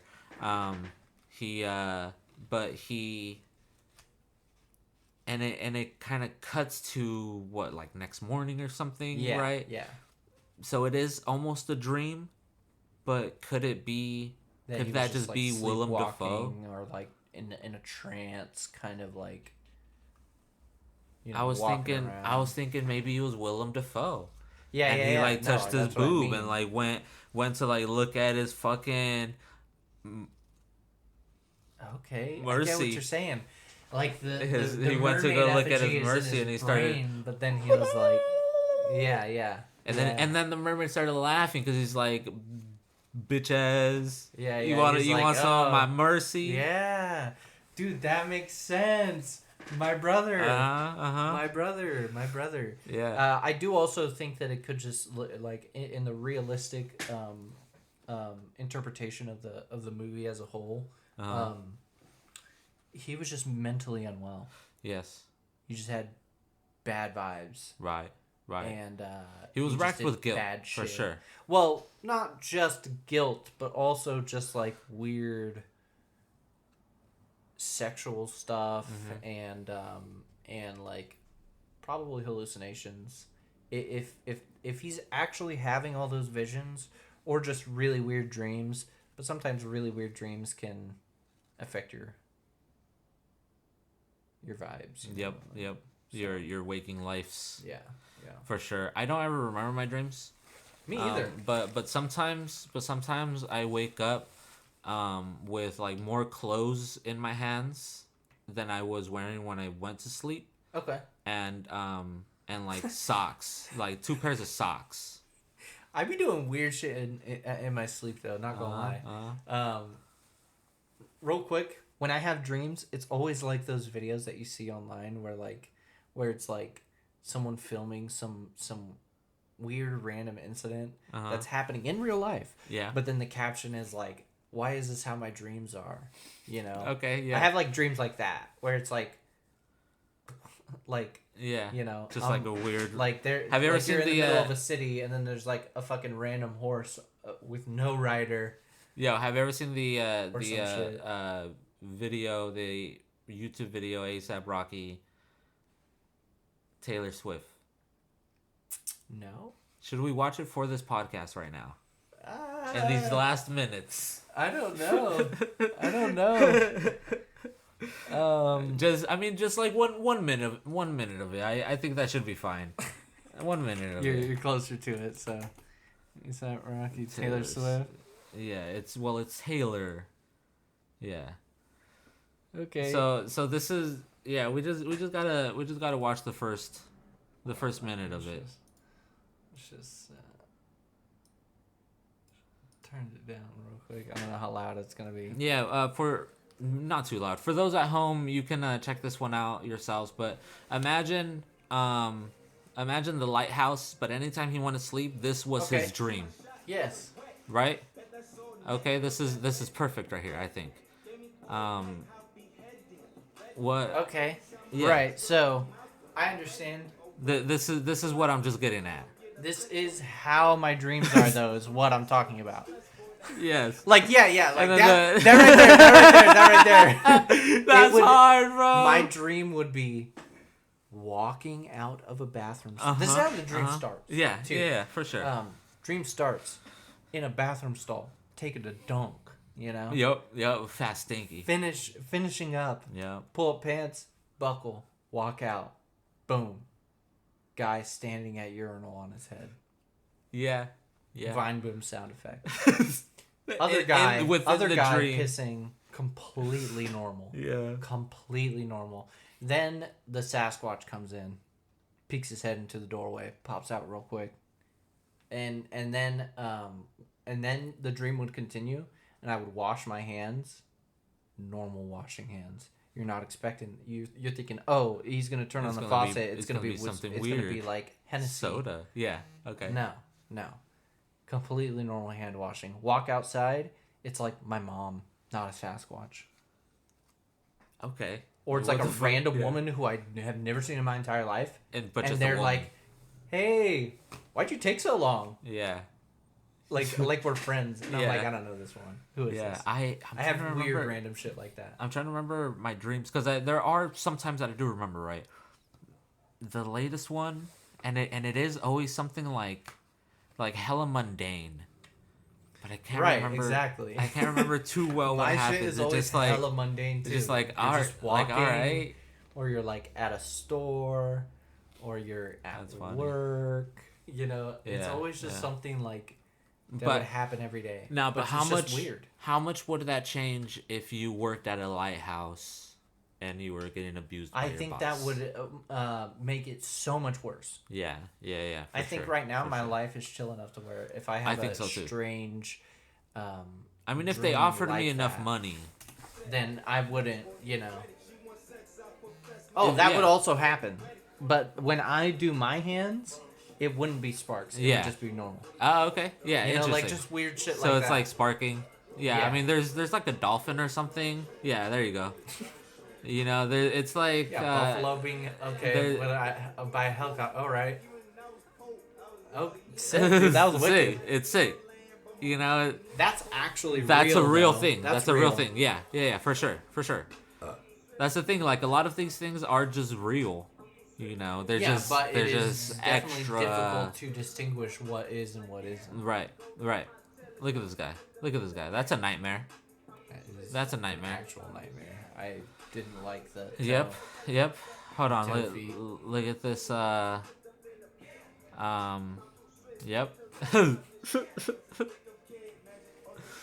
And the song is just good. That's just a good song. When you said Taylor Swift, I thought that it was a song that had Taylor Swift in it. Oh, yeah, no, just Swift. Taylor Swift. Right. Yeah, for sure. Got you. It goes hard. Got you. Good times. So, why are you gay? What are you gay? Say that to Willem Dafoe and Robert Pattinson. Right. They should have just kissed, bro. That's like what I was just gonna say. They could have just gotten over it. Why didn't they just do it? They should have. Yeah. I mean, give it another 50 years. Is the genitals of a mermaid called a mermussy? I was saying mercy. Mercy? But mermussy. Mermussy? I think it's mermussy. Mermussy, yeah, because it is mermaid. It's a mermussy for sure. Mermussy. Yeah, it's a mermussy. Oh, god damn it. Hey, honestly, look, if there wasn't like this whole attachment to like this lighthouse and like it was just me and you, girl, like And she's like, oh well, actually the way that we do it is I put eggs in the water and you come on them. And you're like, that's a Futurama bit, isn't it? I think so. I think it's a Futurama probably. That's definitely a yeah. That sounds like a future. I also remember they died by Snoo. Yeah, Death by Snoo. Right. Yeah. Right. Good times. Overall, good times. What do you think? Overall, that was a really good movie. I think a lot more abstract than something like Nosferatu. Yes. Definitely something like the Northman. It's still gonna be up there. Maybe not fully up there for me. Maybe maybe more about style in that movie compared to Nosferatu, which is still very much style. Yeah, but it's very specific. It's a lot more. It's also a lot more niche, I would say. It's the like Lighthouse? Yeah, for sure. Yeah, I agree. That's why I said unless you most viewers might not catch all these maritime like mythos kind of references and stuff like that. Right. Yeah. And even for me, like I wasn't literally even thinking about those. Seeing Willem Dafoe, my brain was like, okay, in that still image before he even said words, I was like, okay, so this guy's Captain Ahab. Yeah. So this guy is literally like, avast ye mateys, we're looking for white whale. Yeah. You know, like. Yeah. That's literally what we're up to. For sure. Yeah. It's up there for sure. Maybe like a 9, 8.5 to a 9 for me. You know, I would say solid 9. I think I wouldn't give it like maybe a it's 9.5/10 out of 10 like I would Nosferatu. Right. I think this one but isn't for my taste, necessarily. I really liked it. It was really good. I definitely really liked it, but I don't think it was fully for me. Yeah. Okay. I got you. What I think. I think I really like it a lot because I like the maritime like aesthetic a lot. One thing I didn't say, the little thing that he says right after he kills Willem Dafoe. Willem Dafoe also says it. Something about dread, treble, something about. Remember? He's like.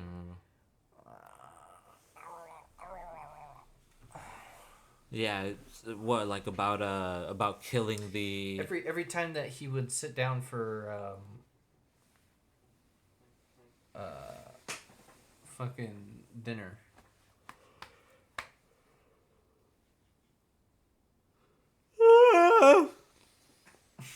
Yeah, I just have to break the silence somehow.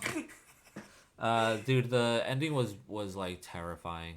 It was truly with that spooky. Yeah. With the light, the voice distortion, it was unworldly. Okay, so he would say it every time before they would eat. Should pale death with tremble dread yes. make the ocean caves our bed. Yep. God who hearest the surges roll, deign to save our suppliant soul. Yes. Okay. Rob. That to me felt like some weird sailor's prayer. Yeah. Is what I was thinking. Yep. Yeah. Exactly.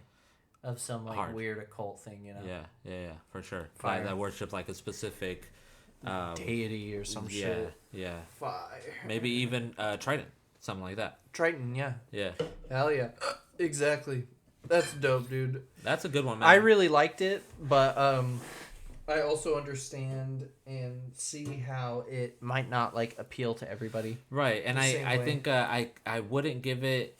I think for somebody, I think they could give it a 10. I could even say I could see that it would for as a 10 for somebody. Normie rating. For my rating, it's a 9. Yeah. But normie rating, I'd go 8, like just solid 8, maybe even 7.5. Let's see what normies. I was gonna say like, oh, that's not what I was. the Lightbringer series. What? I don't Wow, I don't read those books. Actually, IMDb says 7.4. Oh yeah. I don't begrudge that. 90% Rotten 90% Tomatoes, Rotten. 4 out of 5 Letterboxd. Yeah. Just watched 82%. Okay. Yeah, for sure. Reviews Unanimously. on Google. Let's see. I was gonna say, I was thinking normies would think like 6, 7, but it's up there.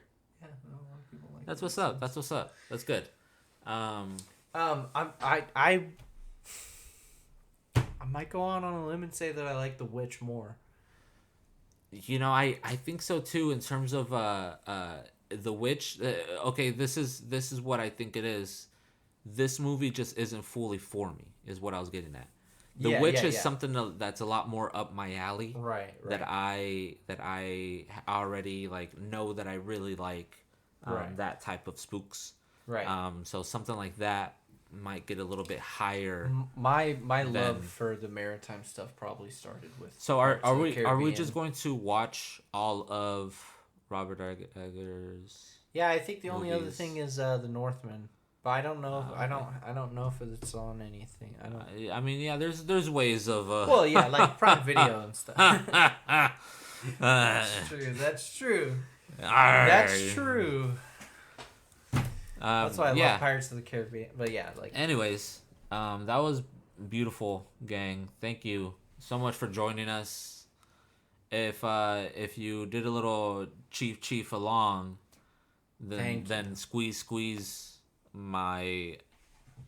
Anyways, press that like button.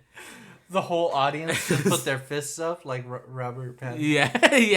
Yeah. I'm sorry, I got a little bit too close to kissing you guys right there. My bad. We'll fight. Yeah. I can't remember what he says, but he says something where he's like, put him there then, or some shit like that. Yeah. Right. Anyways, Yeah. Thank you. Like, I love you. comment, subscribe, tickle me. Ah, shit. Sorry. I'm getting close again. Ah, damn. All right, gang. Thank you. I love you. Adios. I'll